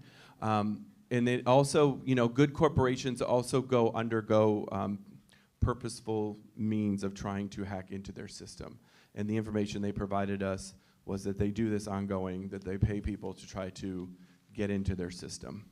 And then how long is the data kept? Data is kept for 30 days unless it's flagged as an incident. Then it's kept for 1 year. If we were to null and void the contract tomorrow, everything they have of ours is wiped because we've ended the contract. So I think that's important because we're sharing information. And oftentimes, I think there was a question this week about, are we operating in the place of the parent, or are we operating in partnership with the parent? I think it's always important to know that we're mandatory reporters, but nobody is operating in a silo. When the administrators found out that these students were in fact struggling and it was validated, it was a partnership with the parent. Now it becomes a different discussion if the parent refuses services and we feel like there is a strong chance that they will harm themselves or others. That's a secondary conversation. But if you talk to Todd or Misty, Todd Wells, assistant principal, or Misty Getz, they will tell you that they worked in partnership with parents on every situation. We even had one in mid-July that, it just happens. We were able to connect with a parent. They were able to get the services or be aware of, the self-harm issue. So are we operating in the scope of our AUP? That's our authorized use policy. We are. When you open final forms each year, we talk about our privacy. It's important to note as a public entity, as employees and students, we have no right to privacy inside of our network. We don't. So our public, being a public entity, everything that we do can be records requested and is kept for X amount of years. And we're pretty open and honest with kids, and we are working within our filtering and monitoring. This is a SIPA compliant, which is Children's Internet Protection Act. It's FERPA compliant, and it's COPA compliant. So we are not working outside of we're not pushing the envelope. We're trying to catch up to the digital natives. Kids are in spaces doing things, and we're trying to catch up. And if you don't see it in the moment, it could be gone. And some kids don't outwardly come to adult and say, I need help. They might use their email. They might use a Google Doc. They may use a Google Chat. That is their way of saying to an adult that I need help. They don't outwardly say it, and they don't all outwardly show signs that there is a problem before there's a problem. So assurances. These are the things that we're, confident of. We work inside of our ecosystem, like I said. We're not on your child's phone. unless they're in their Google Drive, and that's totally different. If they're opening their Google Drive on their phone, that's where we are. We're not looking at their phone history, we're not looking at their messages, we're not looking at their Snapchat, we're not looking at their Facebook. We are inside of the things that the public buys, your money buys, for the district. Now, email. We are in email. Our 3rd through 8th grade, Rob will step up if I get this wrong. Our 3rd through 8 is a closed loop of email, meaning you can only email internally. So you are emailing your classmates or you're emailing your teacher. It's a closed loop. That's on purpose. As our kids get older, we have to open that up because they use their email for career readiness and to communicate with prospective leads in college, career, military. So they are older. We have to start to kind of open that system and allow them to communicate. Rob, we keep their emails on as seniors until October each year? Okay. So we actually leave them open for a few months after they graduate because they use those to apply to send transcripts, even though we tell them create a personal email address. Our focus is not to be Big Brother and to be in the space of spying. Our focus is solely on mental health, averting violence and cyberbullying. We have been in this room for the last 6 months, and there have been comments that there is a bullying problem or our kids are sharing inappropriate things. This is our way of supporting, and that mental health is still, the pandemic's over, but there are still lingering mental health challenges, and there will be for many years. And we are not looking to discipline children. We're looking at supporting and building a positive digital footprint. Kids get penalized all the time when they apply for a college or a scholarship or entry into a career or military. They ask for your social media. There's a reason for that. They're scanning to see if you're the type of prospective employee that they would like to have based on what you're posting online. And then finally, again, as we did with the pilot, we are 100% committed to a yearly review of the data before making a long-term decision. We didn't commit to a 5-year contract.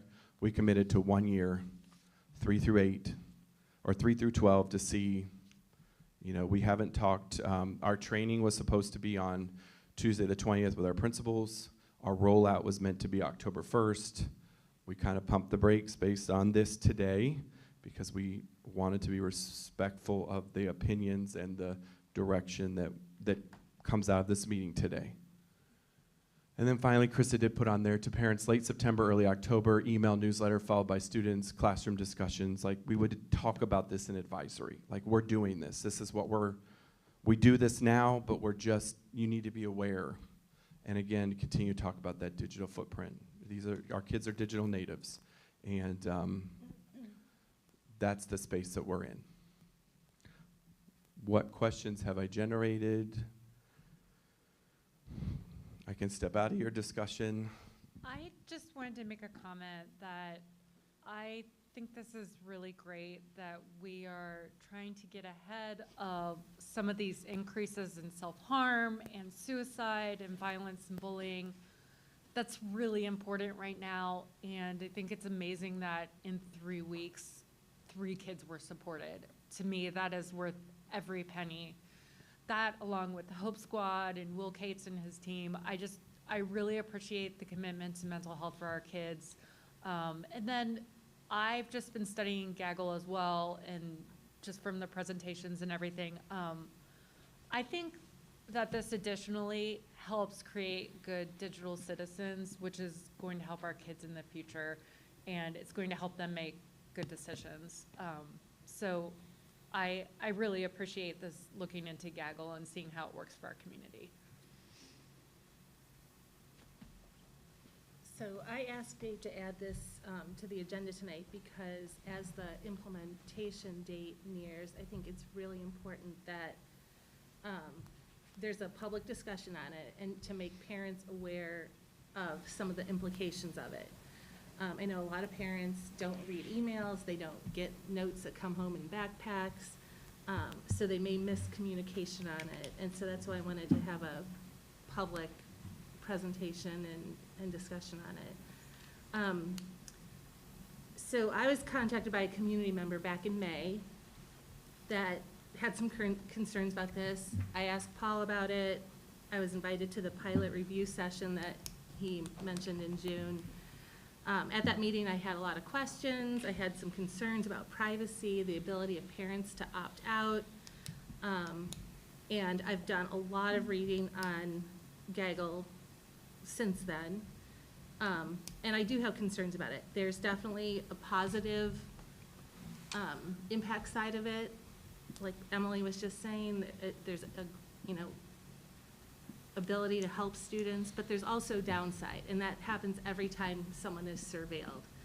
So this will look at everything that the students do, texts, emails, paperwork they turn in, anything they do on their Chromebooks. But a couple things to note that I have learned. So if a kid is at home and they think they're having a private text exchange with another student, Gaggle will also look at your photos that are on there. So here is one situation. Students texting back and forth, that includes photos. The students weren't texting on their school-issued Chromebooks, but when administrators, and they got an alert for these kids, there was a questionable content alert. When administrators investigated, they learned that while the teens were at home, they would charge their phones by connecting them to the laptops via USB cables. The teens would then proceed to have what they thought were a private conversation, sharing photos via text, but the Gaggle software running on the Chromebook could detect them because they had charged their phones into the Chromebook. So I think there's a lot of, I have so much research on this. Some is good, some is bad, but parents just really need to be aware of the surveillance of it. And I think this was one thing that I learned. I did not know. I mean, I've had kids in the school system for 17 years. I did not know of the doctrine called loco parentis.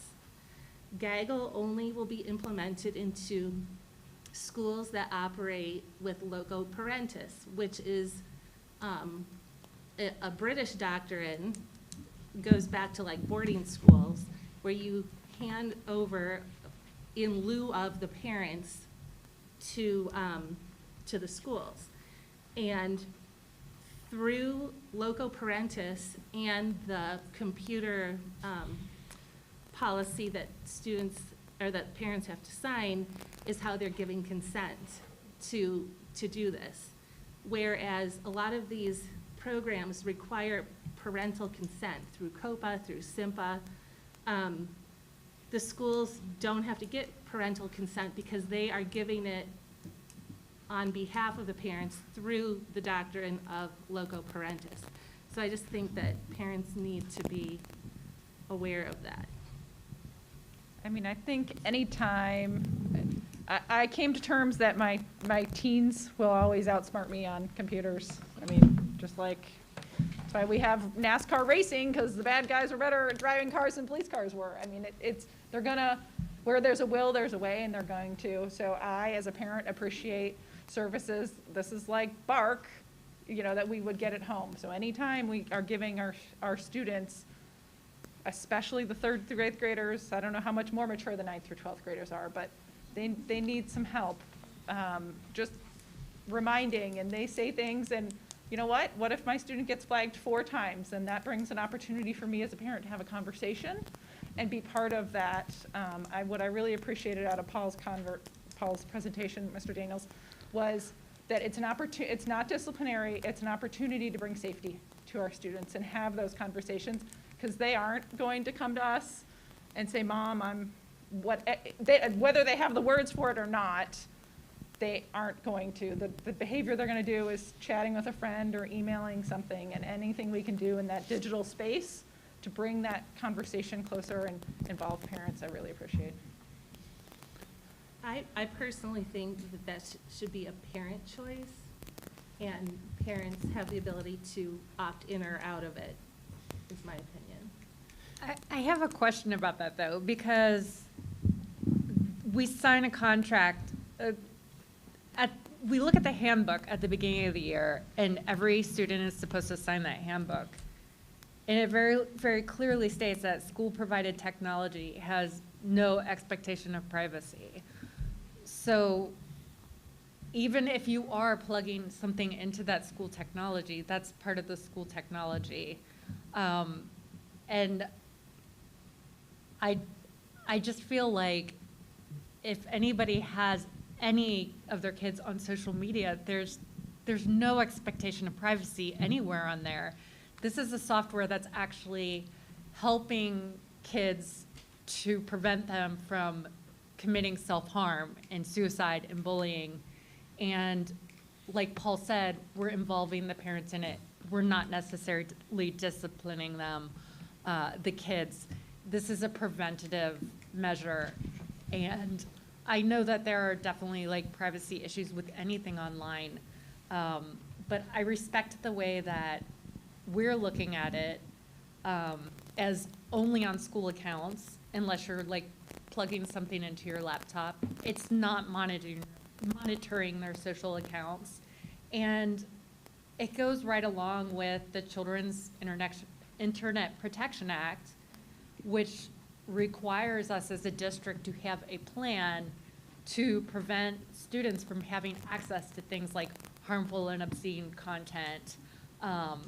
And it's important too because we are mandatory reporters. If there is something sexually explicit involving a minor or these things about self-harm, these are things that are really important, and this helps us do that instead of putting all of the expectation on our teachers or having somebody physically monitor all of these documents. I think the difference is when people sign that authorized use policy, a lot of them, well, a lot of schools actually put, and some states require, that you have to put actually what programs and software you're using so people know what they're signing up or agreeing to. But I think a lot of parents and students assume they are signing that, you know, they're not going to look at porn or they're not going to look at inappropriate stuff, and that the district is going to block some of those websites. Whereas this is information going to the cloud, and we don't know where it goes. And we don't know, there's breaches all the time. Who in here has not received a notice of breach of privacy on something, a credit card or anything? I just think the parents need to be involved in giving consent for their kids before their personal information is sent out of the district. We do know where the information goes, right? In the presentation, I talked about how they use Amazon Web Services and they have their own internal server. So, and as mentioned, if you don't, I will tell you a good example is if you're reading a novel and there's, Shakespeare's always a good one, right? They talk a little bit about Romeo and Juliet. What happens on occasion is suicide happens in Romeo and Juliet. So there's lots of talk about the word suicide. So we communicate with them and say, hey, we're reading Romeo and Juliet. You're going to see an influx. We don't hit it, they don't hit it, it's wiped away.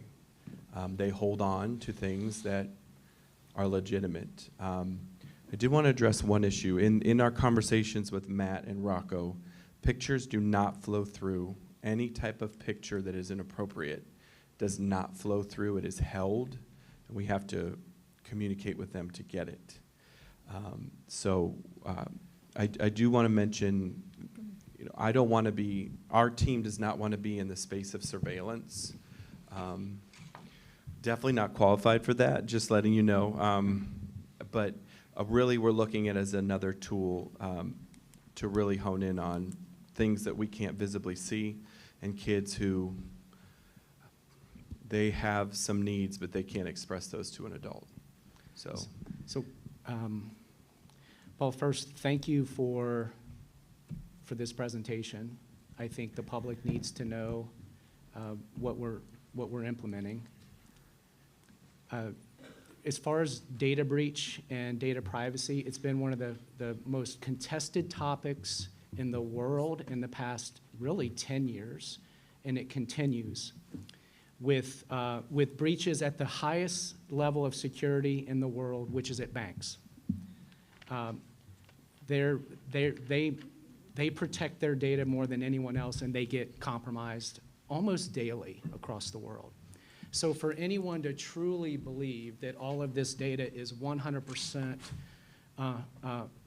bulletproof is really not really facing reality. That doesn't mean that it would be easy to access the data, but could you see how a parent could view this as surveillance, and how a parent could view this as not necessarily healthy for their children or as an invasion of privacy? Could you see how a parent could view it that way? Yeah, I think we live in two worlds, right? We have the reality that we think we have a really good understanding, and we also have another foot in the world that we're not always going to bring everybody along with us. Mm-hmm. So I think it's that litmus test. It's the number one most important question is, are we doing what's in the best interest of kids? So we also look at like directory information versus non-directory information. So, you know, we don't, nowhere in our system do we have Social Security numbers for kids, okay?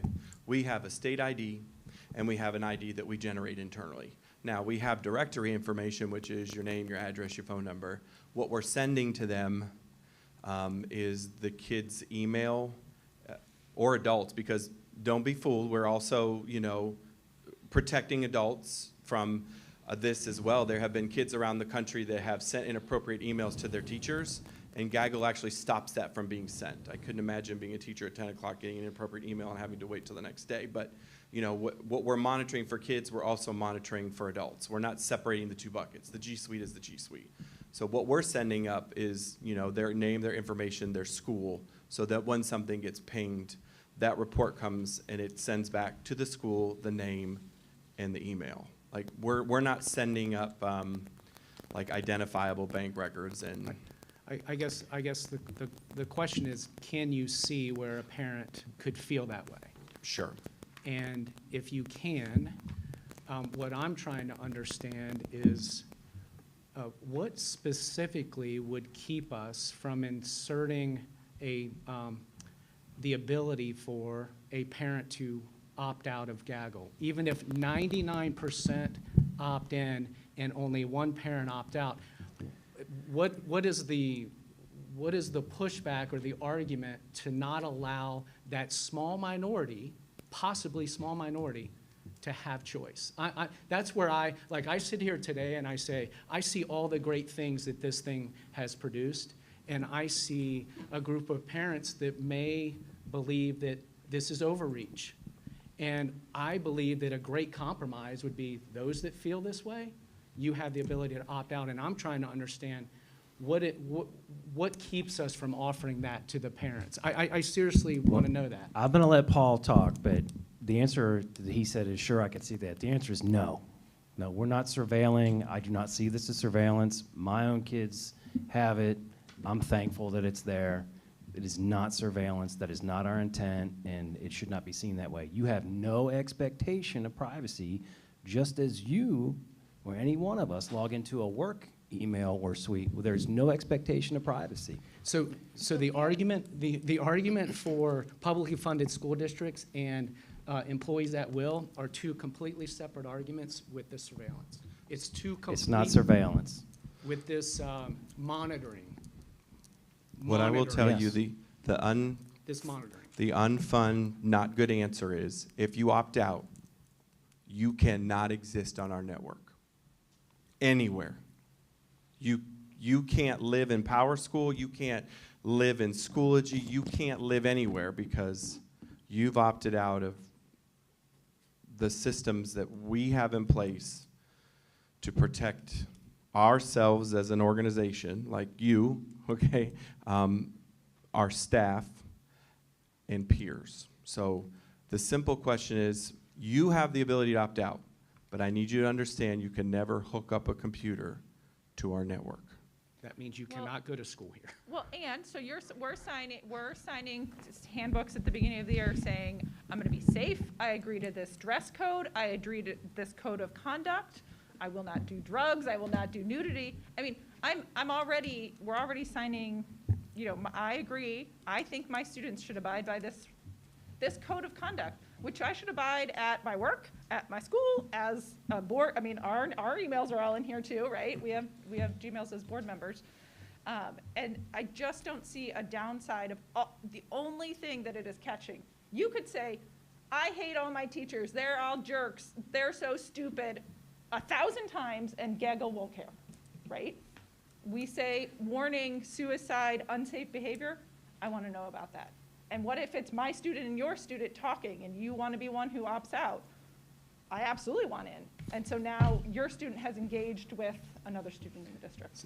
So thank you for that opinion. My opinion is, if I want to choose to my child to opt out of that, I want the choice.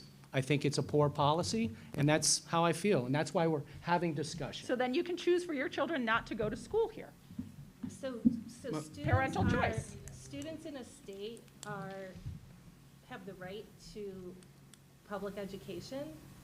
So if we're saying you can't go to school here, where would those kids go? Well, I don't want to backtrack anybody's comments. I can only speak for me. We copy everything, and we give you paper copies of everything, and you exist in that world. There have been children who have had their technology taken away because they violated the AUP for periods of time. There have been parents that have asked their children to have their laptops and their Chromebooks taken from them, and teachers have adjusted. I can see both sides of the argument. That's every decision we make, we have to look at all sides. But we are really trying our best to make sure that we're making good choices and to make sure that we're living within our rights as an organization in the AUP. We're not pushing them. I am concerned about your scenario that you brought up because Matt and Rocco were pretty clear that they're only living inside of our domain. Gaggle's actual statement on it was that they don't scan private text on charging phones, but that a phone's photos do get uploaded to the school account and scanned.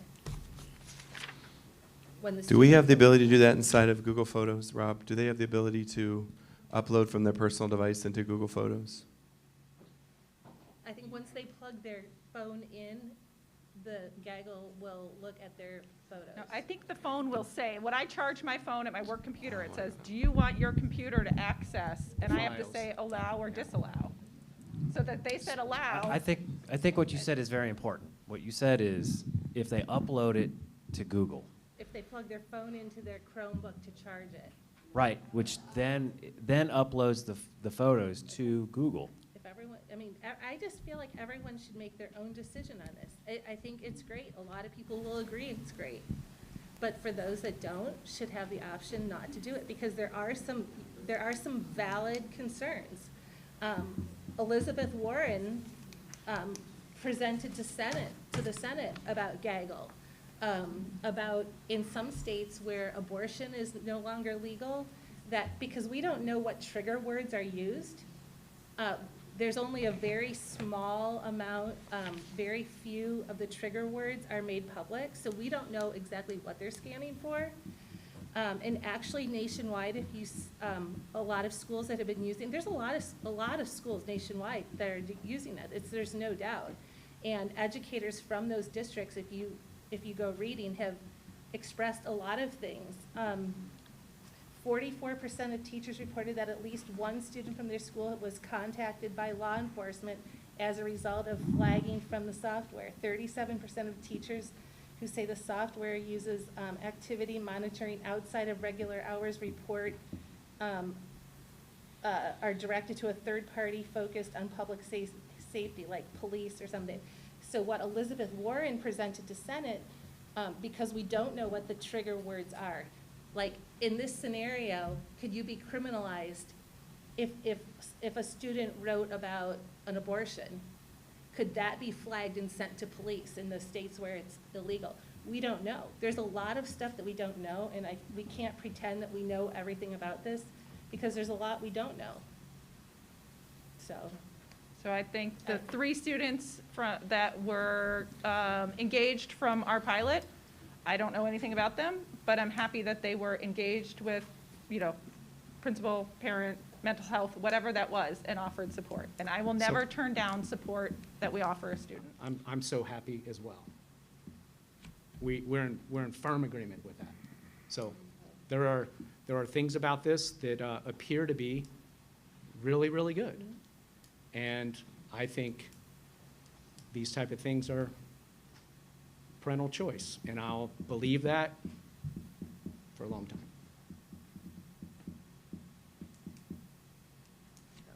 Thank you for having this. Thanks for the discussion, Paul. Public. Dave, anything from you, anything from anyone else before we let him Mine, run from that podium? I got one more thing. He's got one more. He's Oh, not going okay. anywhere. I think it'll be better. oh, well, hang on a second. Yeah, no. Is there a switch that could be used as an opt-out in here? No. No, it's, you're all in or you're all out. Yes. And the solution would be? A policy change is what it would be. It would, but it would mean moving away from the OSBA model policy, and I think you would have to make sure as a board, I don't get a vote, thankfully, you would have to make sure that you're legally in a good spot in terms of being sued for any type of protection. That would be my only caution. You have the right to investigate, change. I would just make sure that your assurances as an organization are met so that you're not in a long, drawn-out legal battle. That's why we have attorneys, to keep us risk-free with these type of things, and I have a feeling we're going to pursue it. And I will be happy to facilitate that process. Good. Okay, you have some good news? Yeah. So today is a big day in the state of Ohio. Today is the day that we get to take a look at our performance on the new state report cards. While I'm up here getting the one to share the good news with you, please understand that this is part of a very large team, one of which is, well, the most important, I would say, is our teachers, our front-facing, and the systems that our team builds behind the scenes with John and Linza, Jenny, Megan, Rob, and myself on the academic side of the work that we do. So Ohio moved it to a new report card. I met with both Mrs. Nolan and Mrs. Mason as the members of the curriculum committee back in February. We took a look at last year's ratings and took a good forecast of where we would be. So the new report card came out today, and you can have a rating from 1 to 5 stars. Obviously, 5 is the best. So in the area of achievement, we exceed the state standards in academic achievement. In the area of progress, we have significant evidence that the district exceeded student growth expectations, and that's how much students grow, making gains based on their individual past performance. We have 5 stars in gap closing. That's the component that measures the reduction in gaps for student subgroups. Takes all the subgroups in the district, talks about how we close those gaps. 5 stars, which means we significantly exceeded state standards in closing educational gaps. Graduation, always a very great highlight in our report card each year. We significantly exceed the state standards in both the 4-year and the 5-year. Early literacy would be an area that we continue to learn about. There's a couple ways that we can make some quick gains. We actually already had a meeting on the calendar with our friends from Hamilton County to kind of understand how we could make some quick gains in the early literacy. So it's a great day to celebrate, but also to take a look ahead. I think, you know, Simon Sinek talks about a lot in the infinite game that there aren't winners and losers, that there's ahead and behind. So the pandemic is behind us. The good news is our kids look on paper as if we're within 2 percentage points of where we were in 2018. So we're back almost to where we were. The other good news is that our systems work. All the systems work that we've done around John is moving the district to be more data focused. The multi-tiered systems of support that Linza and her coaches build on, utilizing some systems that we already have in place at the junior high, moving to more data focus, and at the high school using the flex time for TBTs. It just means that we're moving in the right direction. So again, it's kudos to our staff. There's obviously in any report card, there's areas to reflect and grow and get better. And we'll continue to dig into those. But at first glance, we're very happy for our teachers, our students, and our community today. And then we'll continue to dig in. We'll have more reports. We'll have more data for you. We'll have some areas of improvement. But for a moment, we want to celebrate, and then we'll dig in, reflect, and get better. I noticed the college career doesn't have scores, because that's still new. When will we see scores for that? I think 24, 25. There's, Lisa Hare and I talked today, there's two things that are glaring in there. That's a really low percentage. We have kids who enlist in our district. They're not on that report at all. It shows a 0 for enlistments. I know that's not correct. You are all at graduation. You see how many kids get the pins. The second thing, which is interesting, is when we dug in, none of our kids who got credentials are listed. You know, we have 100 kids who go to the Oaks, 100 plus each year. None of their credentials are captured. So Lisa and I have to kind of make some phone calls to understand where that linking did and did not occur. So I think that's just something we have to get better on. This is also be the area where we capture seals in the future. So, but this is an area of concern for us, especially Lisa and I, understanding why those two components aren't there. We know our kids earn credentials. The concern is how it's being reported, not that we aren't properly meeting. Right, so that would go up rather quickly. Yeah. Paul, how has the standards of performance expected from Ohio Public Schools changed in the past 5 to 10 years? And to get really specific about the question is, in order to achieve 1, 2, 3, 4, 5 stars, there has to be certain criteria met. How has that criteria changed in the past? I don't know if it's easier to speak to 5 versus 10. I'm just curious about that. I'll give you the easiest one to explain is achievement. Everybody used to be benchmarked against a score of 120. Wherever they took all your scores, your limited, your basic, your proficient, your advanced, accelerated, they had a funny calculator, came out to a percentage, and you were compared to 120. Nobody ever got to 120. So now what they do is in that achievement, they take the top 2% of the districts in the state, and what's their average? So this year, it was either 107.3 or 107.9. That makes a difference in your achievement. Because nobody's being benchmarked against 120, you're being benchmarked against the top 2% of the districts. What's important to note about that is that achievement number will be fluid every year. So you could be on the bubble of 3 and 4 stars, top 2% could do really well that year, you could stay where you are, and you could drop. So it is what most understand to be graded on the curve. They made the curve, not me. Not you. I'm speaking to your experience with state standards. Yeah, it used to be a standard 120. Okay. But what they found was nobody ever got to 120. Right. It was a number that that's what the report card is. Okay. I think the most important thing, too, is we have to look at how our kids grow year over year. And then I always say that if your kids are graduating, and we all can agree that Milford is not a diploma factory, we do a really good job getting our kids to the end game. And that's, we don't do that alone. We do that in partnership with teachers and parents and grandparents and everybody that's a village behind that kid. Then we move from A to F to 5 stars, 4 stars, 3 stars, 2 stars, and 1, which everybody will still equate 1 star to an F and 5 stars to an A. 100%. We will also get an overall district rating next year. We won't get one.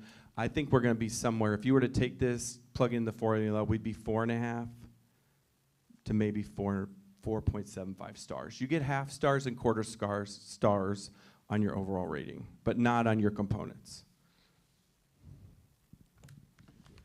And this is the benchmark year. This is the first year we've done this plan.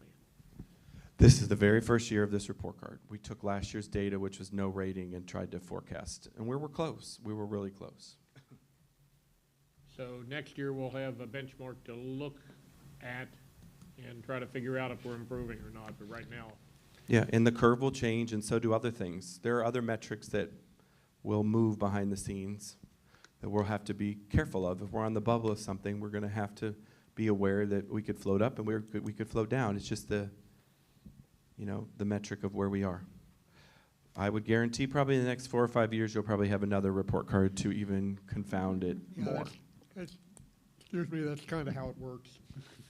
I know I'm boring you, Dave. I'm sorry. They go to another one. Yeah. Just a little. Well. Because I've heard this already today. Fun times.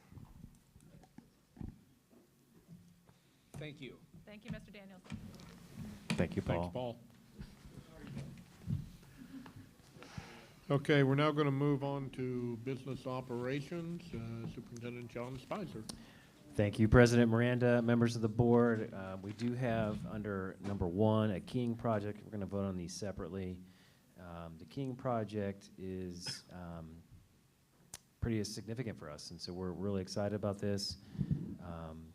We've talked about this, of course, in our committees, but I'm just going to turn it over to you as board members if you have questions for Jeff once we get a motion and have discussion.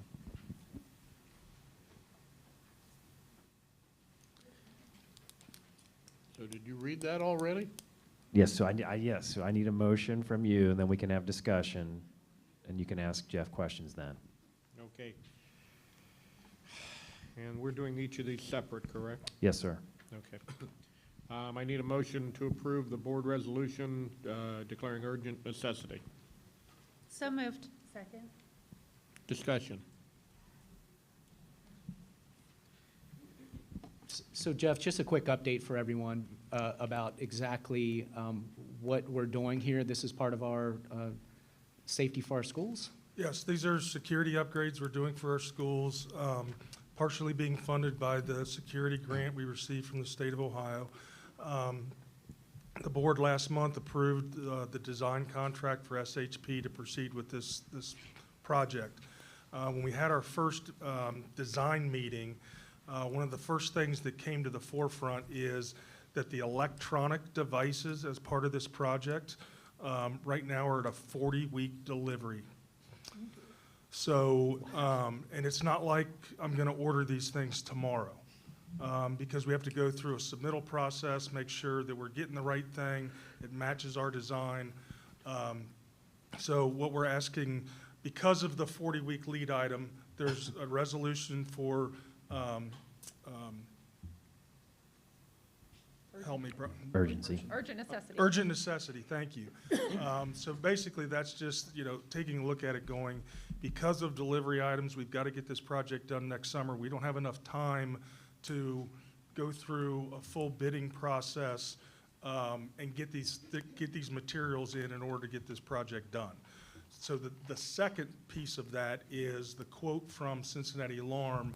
It doesn't include any mechanical locks, it doesn't include installation. It is purely the electronic materials that we need to get that are those long lead items.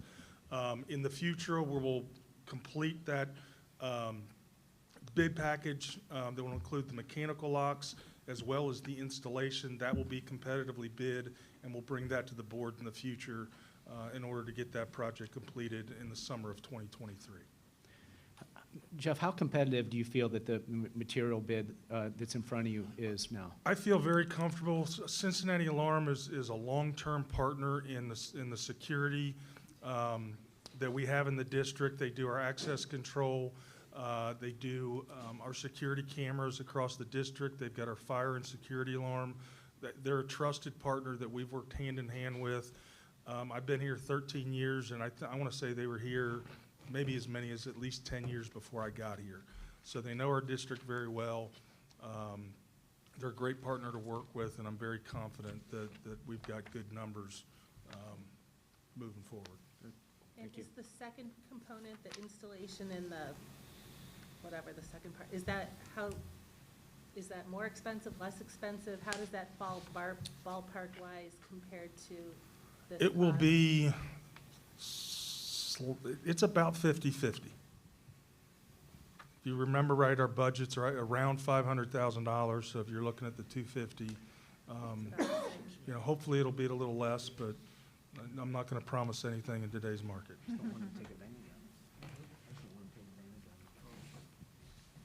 Thanks, Jeff.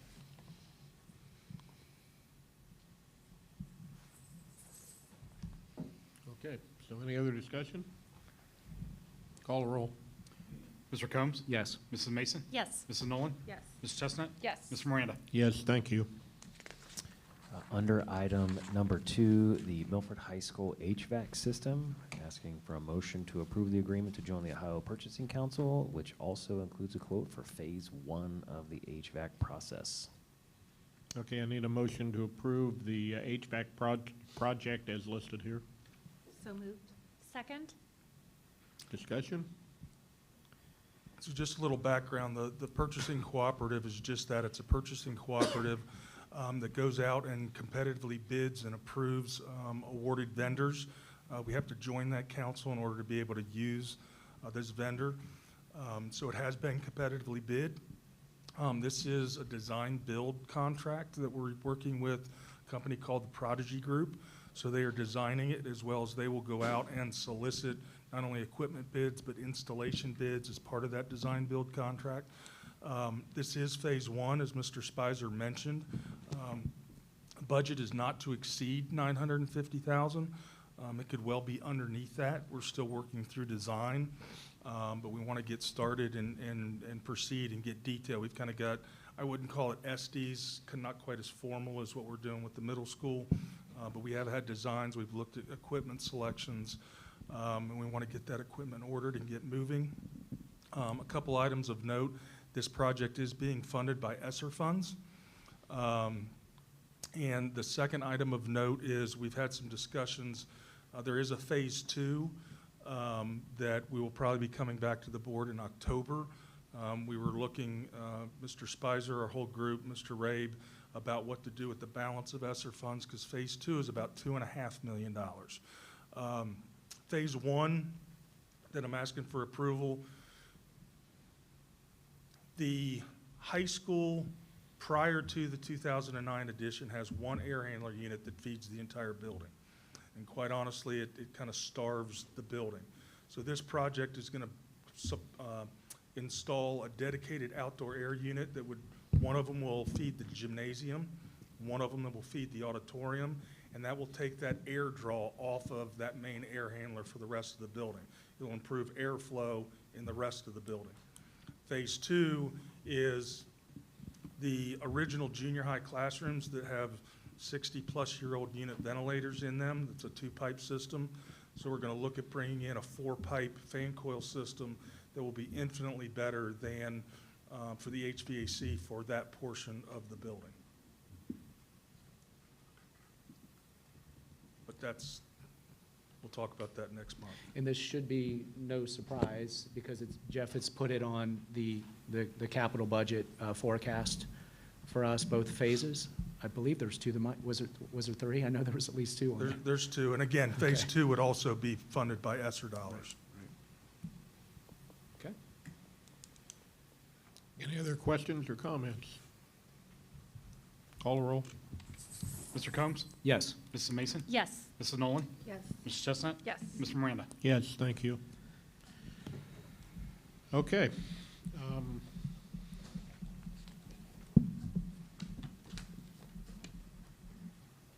We come to our second public participation. Do we have any? I do. Rebecca Bourne?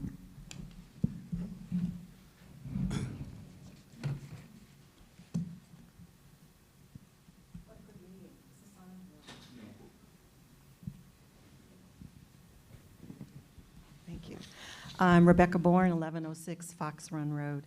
Mr. Spicer, congratulations on your renewed contract. Thank you. I'm hoping we can continue to support it, because I'm not sure the levy's going to go so easily. Thank you for your review of gaggle. You have always done an excellent job in explaining those things. And you will not be surprised that I remain uncomfortable with some of the data gathering. Of course, I see the value in monitoring it, and I see what it is accomplishing. But I continue to be concerned about the continued increase of gathering information about our children. I also agree about the parental consent, but I heard a possible compromise. And I don't want to go too far because I don't want to say something. But in the original paragraph where you tell parents that they're signing that the computers, can you list gaggles? We use gaggle, we use this, we use that, so they're at least informed that that's in there, and then it's up to them to do some research about it. I don't want to take my time with that, but there's something you could probably do about that. What I really want to focus on is to bring to your attention a move that the U.S. Department of Education is about. And I'm bringing it so that we can begin to wrestle with it now. On July 12th, the U.S. Department of Education published in the Federal Register a notice of proposed rulemaking to rewrite the federal regulations that implement Title IX to expand the law scope without congressional approval to include sexual orientation and gender identity. This will have devastating effects on parental rights, children's well-being, First Amendment's right, girls' privacy, safety, and sports opportunities. Several highlights from their recommendations include create a new category of sex discrimination based on sexual orientation and gender identity, make upholding biological reality a form of sex-based harassment, and create a head-on collision with parental rights. These regulations will be tied to federal funding. Now, I've heard it suggested that it may even be linked to providing lunch support where needed. I have no idea how this stipulation for funding by compliance would impact Milford. Finances and numbers are not my friend. I would hope that if Milford finds itself in this situation of complying to get funding, we would review carefully the impact of agreeing with these Title IX regulations. Please hear this. My objection is not about bashing transgender people. Don't make it about that and go down that trail, and it's not political. I sympathize with the confusion our kids are in as we ask them to make decisions they aren't ready to make. My concern is about the loss of and limiting of rights for one group of people, including the rights to opinions, to create rights for another. And to see this shift tied to school funding, which is already a challenge, is appalling. So let's take a hard look at this and be prepared. Thank you.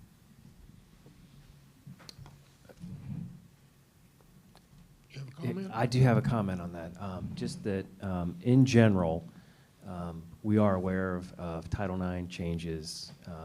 I'm in constant contact with our legal counsel about what it means for us, and we're not expecting anything, according to counsel, any changes, et cetera, from this administration until probably February.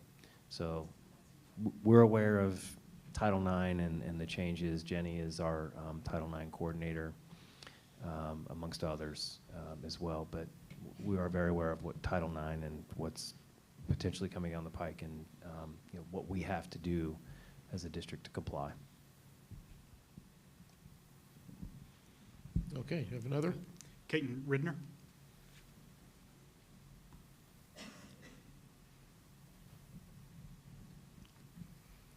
Hi, thanks for allowing me to speak tonight. My name is Caitlin Ridner, 1030 Cooks Crossing Drive. I taught first grade here in Milford for 9 years.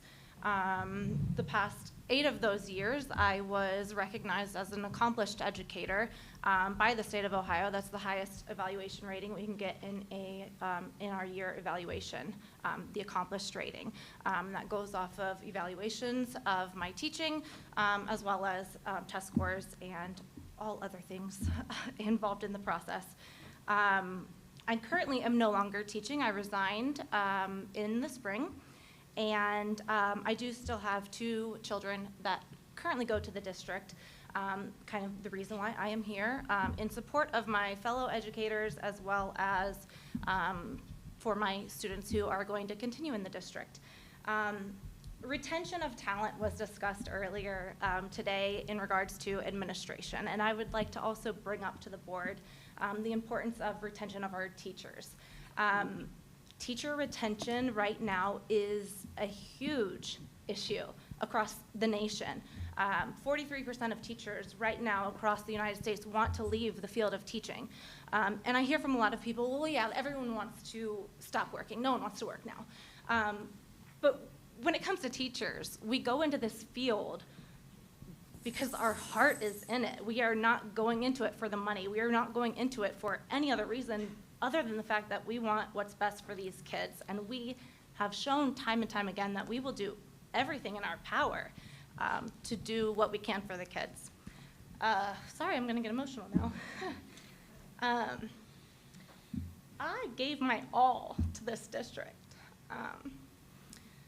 And unfortunately, my mental health greatly suffered because of it. And I was surprised to hear John say today that, they're doing what they can to support the mental health of staff.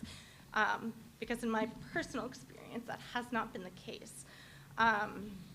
But right now, there are states that are starting to hire people as teachers that have no qualifications, and I just don't want that to happen here. So we need to do what we can to support the people that are working in our schools, because Milford does an amazing job getting quality educators. The colleagues that I had here in the district, they're unbelievable. Our teachers here, I cannot say greater things about them. there are a lot of things that can be done to help support our educators, simple changes that can be made, such as prohibiting meetings during our planning time.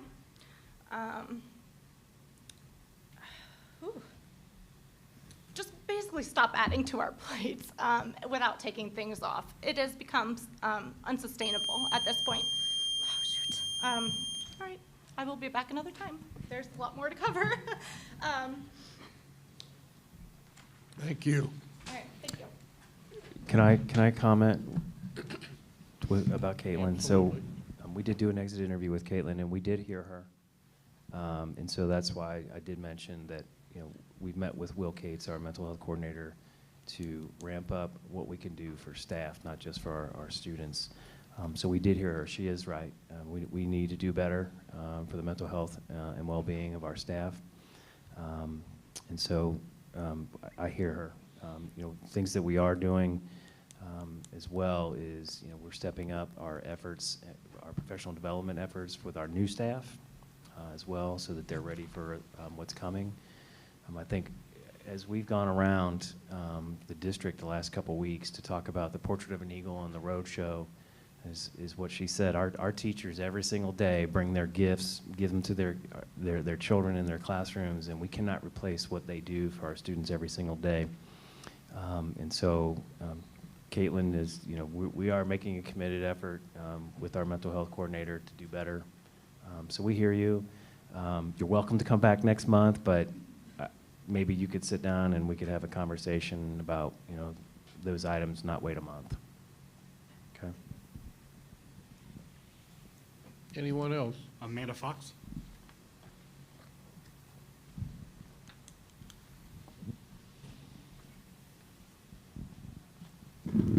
Amanda Fox, 6331 Lake Ridge Court. So I am very pleased with the voting of having the nest built. I think it will be a great addition to our community. I think that it is needed to be said in the last 2 committee meetings that you guys had with the public concerning the nest.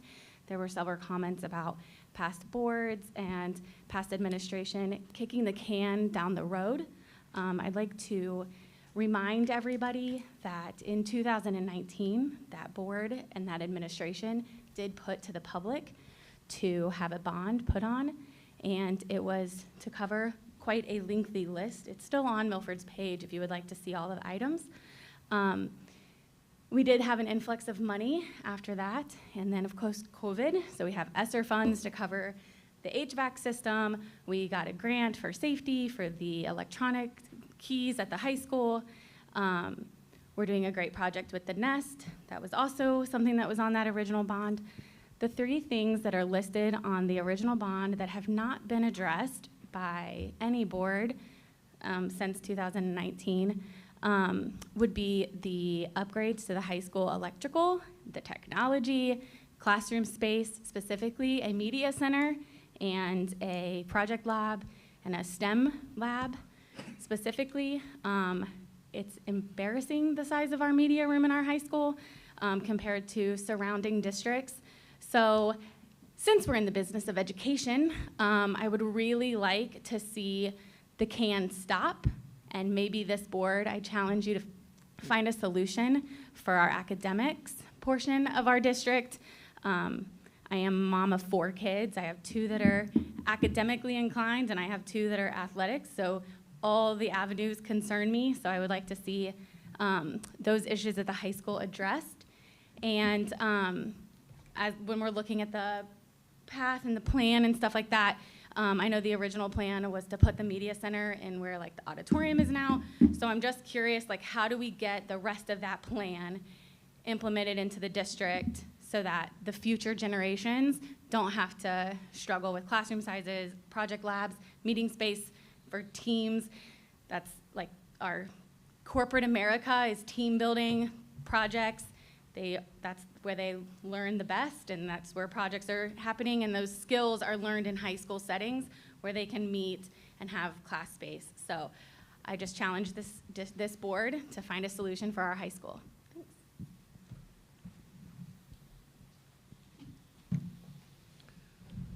Bill Thank- Thomas. Is Bill the last one? Last one. Okay, very good. Because when you go a second time, you go to the end of the line in the second one. I wasn't going to speak again, but I decided to. Bill Thomas, 838 Dorjean. John, as we've talked in the past, mental health of the staff has been a high concern, and I hope we can somehow engage this teacher into our committee somehow, or bring as something we need to discuss. It has been a problem. I came up to talk again about the Gaggle product.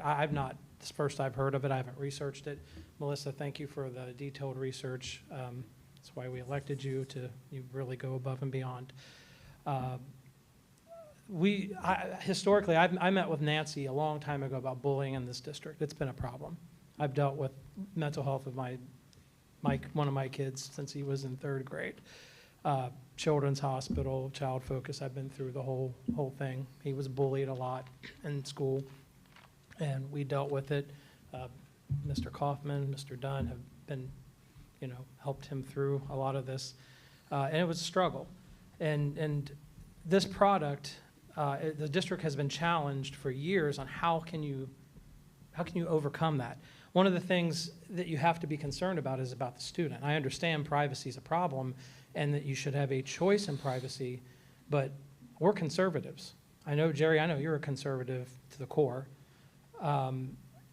We believe in pro-life. Pro-life it's not just about saving a baby, it's about saving kids. This saves children. If we got to give up a little bit of freedom, I understand that it may suck that some of their information may be shared, but if we prevented 3 suicides in 30 days, or potential suicides, sacrifice a little bit of choice. I mean, that's what we have to do. We sacrifice choice to get rid of abortion. That's what we're doing right now in this state. We're telling women, you have to have a baby because we want to save the life. In this instance, we're telling parents, you go to school in this district, you're not going to get a choice, and I don't believe they should. I think if your child has a choice to take and hide what they're saying, and they're bullying someone, and that could potentially impact the mental health of another parent's child, that could put that child in a bad state of mind, that their parents of the bullying child isn't doing what they're supposed to do, yeah, this product can catch that and we can stop it. So for the first time in years, I actually agree with the 2 Democrats on this board. And I mean, I will tell you, I am in full support of this product, and this is the first time I've heard of it. And I would like to do more research to clear up some things. But in essence, it's about the student, it's about saving the life of the students, and this product allows that, so we should support it. Hopefully I didn't step on any toes here, but I support it.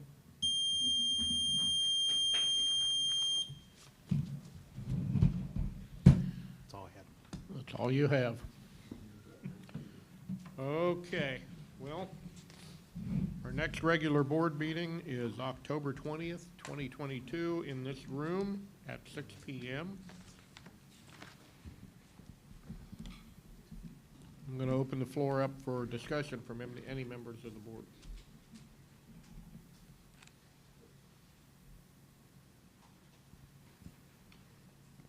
Did everybody yawn at the same time? Is this good news? Is this time for good news? Yeah, this is a good time for good news. I'm going to repeat a fair amount of what Mr. Kaufman had to say. The Milford Marching Band had their marching showcase on August 27th. I was there. I got a chance to go. I was one of those 1,000 people, and my wife was also there. What a great event. Good coordination of people working together, the band working to get everybody on and off and take care of them all. The athletic boosters were out there selling concessions so everybody could have something to eat and drink. And got to see the show for the first time. Our Milford band is just awesome. They're going to do really well when we get to the competitions. I'm looking forward to hearing the scores, and I'm trying to clear my schedule so I can go over to Indianapolis in November to see them perform. Our high school band had 4 people that were nominated to the All-State Band. may be a record. We're going to do some research on that. The choir has been invited to open to do the opening performance for the American Choral Directors Association National Conference in January. Where is that located? That is in. Yeah, home court advantage in Cincinnati. Great. We have two students, Jackson Geis and Corbin Gray, I think I got those names right, that were selected as semifinalists in the 2023 National Merit Scholarship Competition. So congratulations to them. Last year, 233 Milford students were recognized as AP scholars by the AP College Board, and of those 233, 27 of them earned a capstone diploma. That was the first year we did capstone diplomas. No, second year? Oh. That's a lot. But that is a classroom full, and that's those are great things. And finally, fall is a fun time around Milford because we have some really good sports teams. Everything's in full swing now. We've got all the teams on board trying to defend the ECC All-Sport Trophy that we talked about every month last spring to make sure that everybody was aware of it. And we've got some really good teams. Football is 4-0, 3-0 in the league. They're in first place. They're ranked number 5 in the Harbin ratings, which is for the playoffs. So that would mean we would get one home game for the playoffs, and we're one spot away from getting 2. So that's really good. That's really good. Boys soccer are 9-1. They're 3-0 in the league. They're first place. They're 6th place in the city. However, we have a girls soccer team that is 8-0, 4-0 in the ECC, first place. They're ranked number 1 in the city and number 3 in the state. That is an amazing place to be.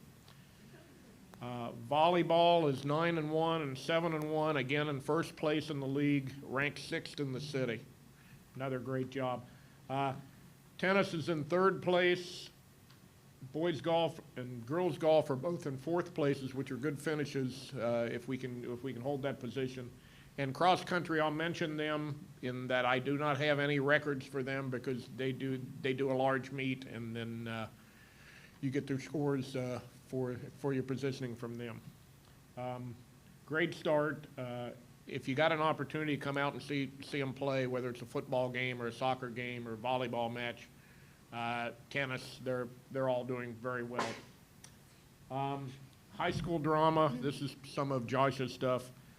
Doing the 25th annual Putnam County Spelling Bee. That's Friday and Saturday next week, the 23rd and 24th in the high school auditorium.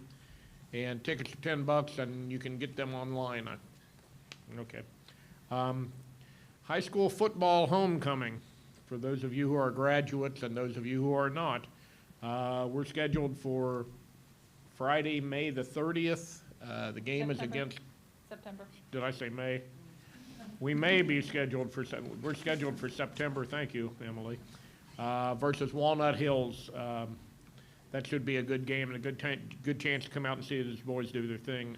The homecoming dance is the next night. It's going to be at the high school. Soccer Fest is a little late this year. I called the athletic director today because I didn't think we were having it because we normally do it in September.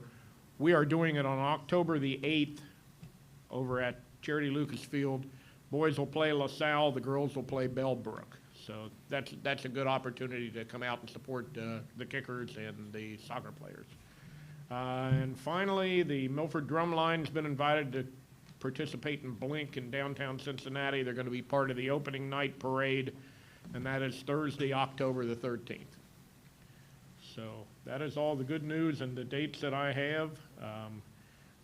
Come out, support your kids and the kids from the neighborhoods here, and that's it. Volley for a Cure is Saturday. We missed that, sorry. I know.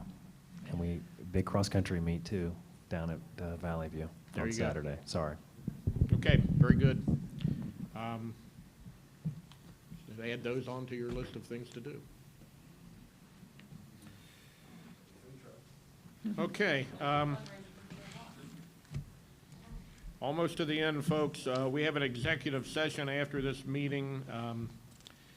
I need a motion to enter into executive session for the purpose of considering the employment and compensation of a public employee. We will not be coming back. We will adjourn and go home in an hour, which has been a longer than normal meeting. So everybody go home and relax, and we will finish up here shortly. So I need a motion to adjourn to executive session. So moved. Second. No discussion? Call the roll. Mr. Combs? Yes. Mrs. Mason? Call the roll. Mrs. Mason? Yes. Mrs. Nolan? Yes. Mrs. Chestnut? Yes. Mr. Miranda? Yes. Thank you.